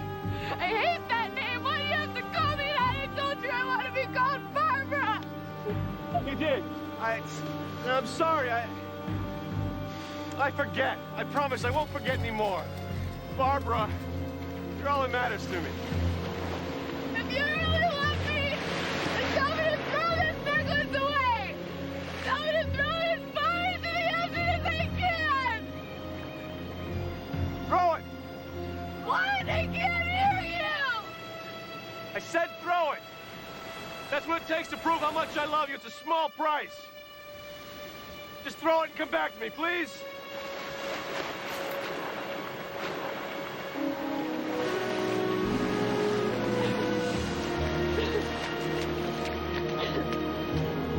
I was sure you'd stop me. I risk losing you forever? It's not worth it.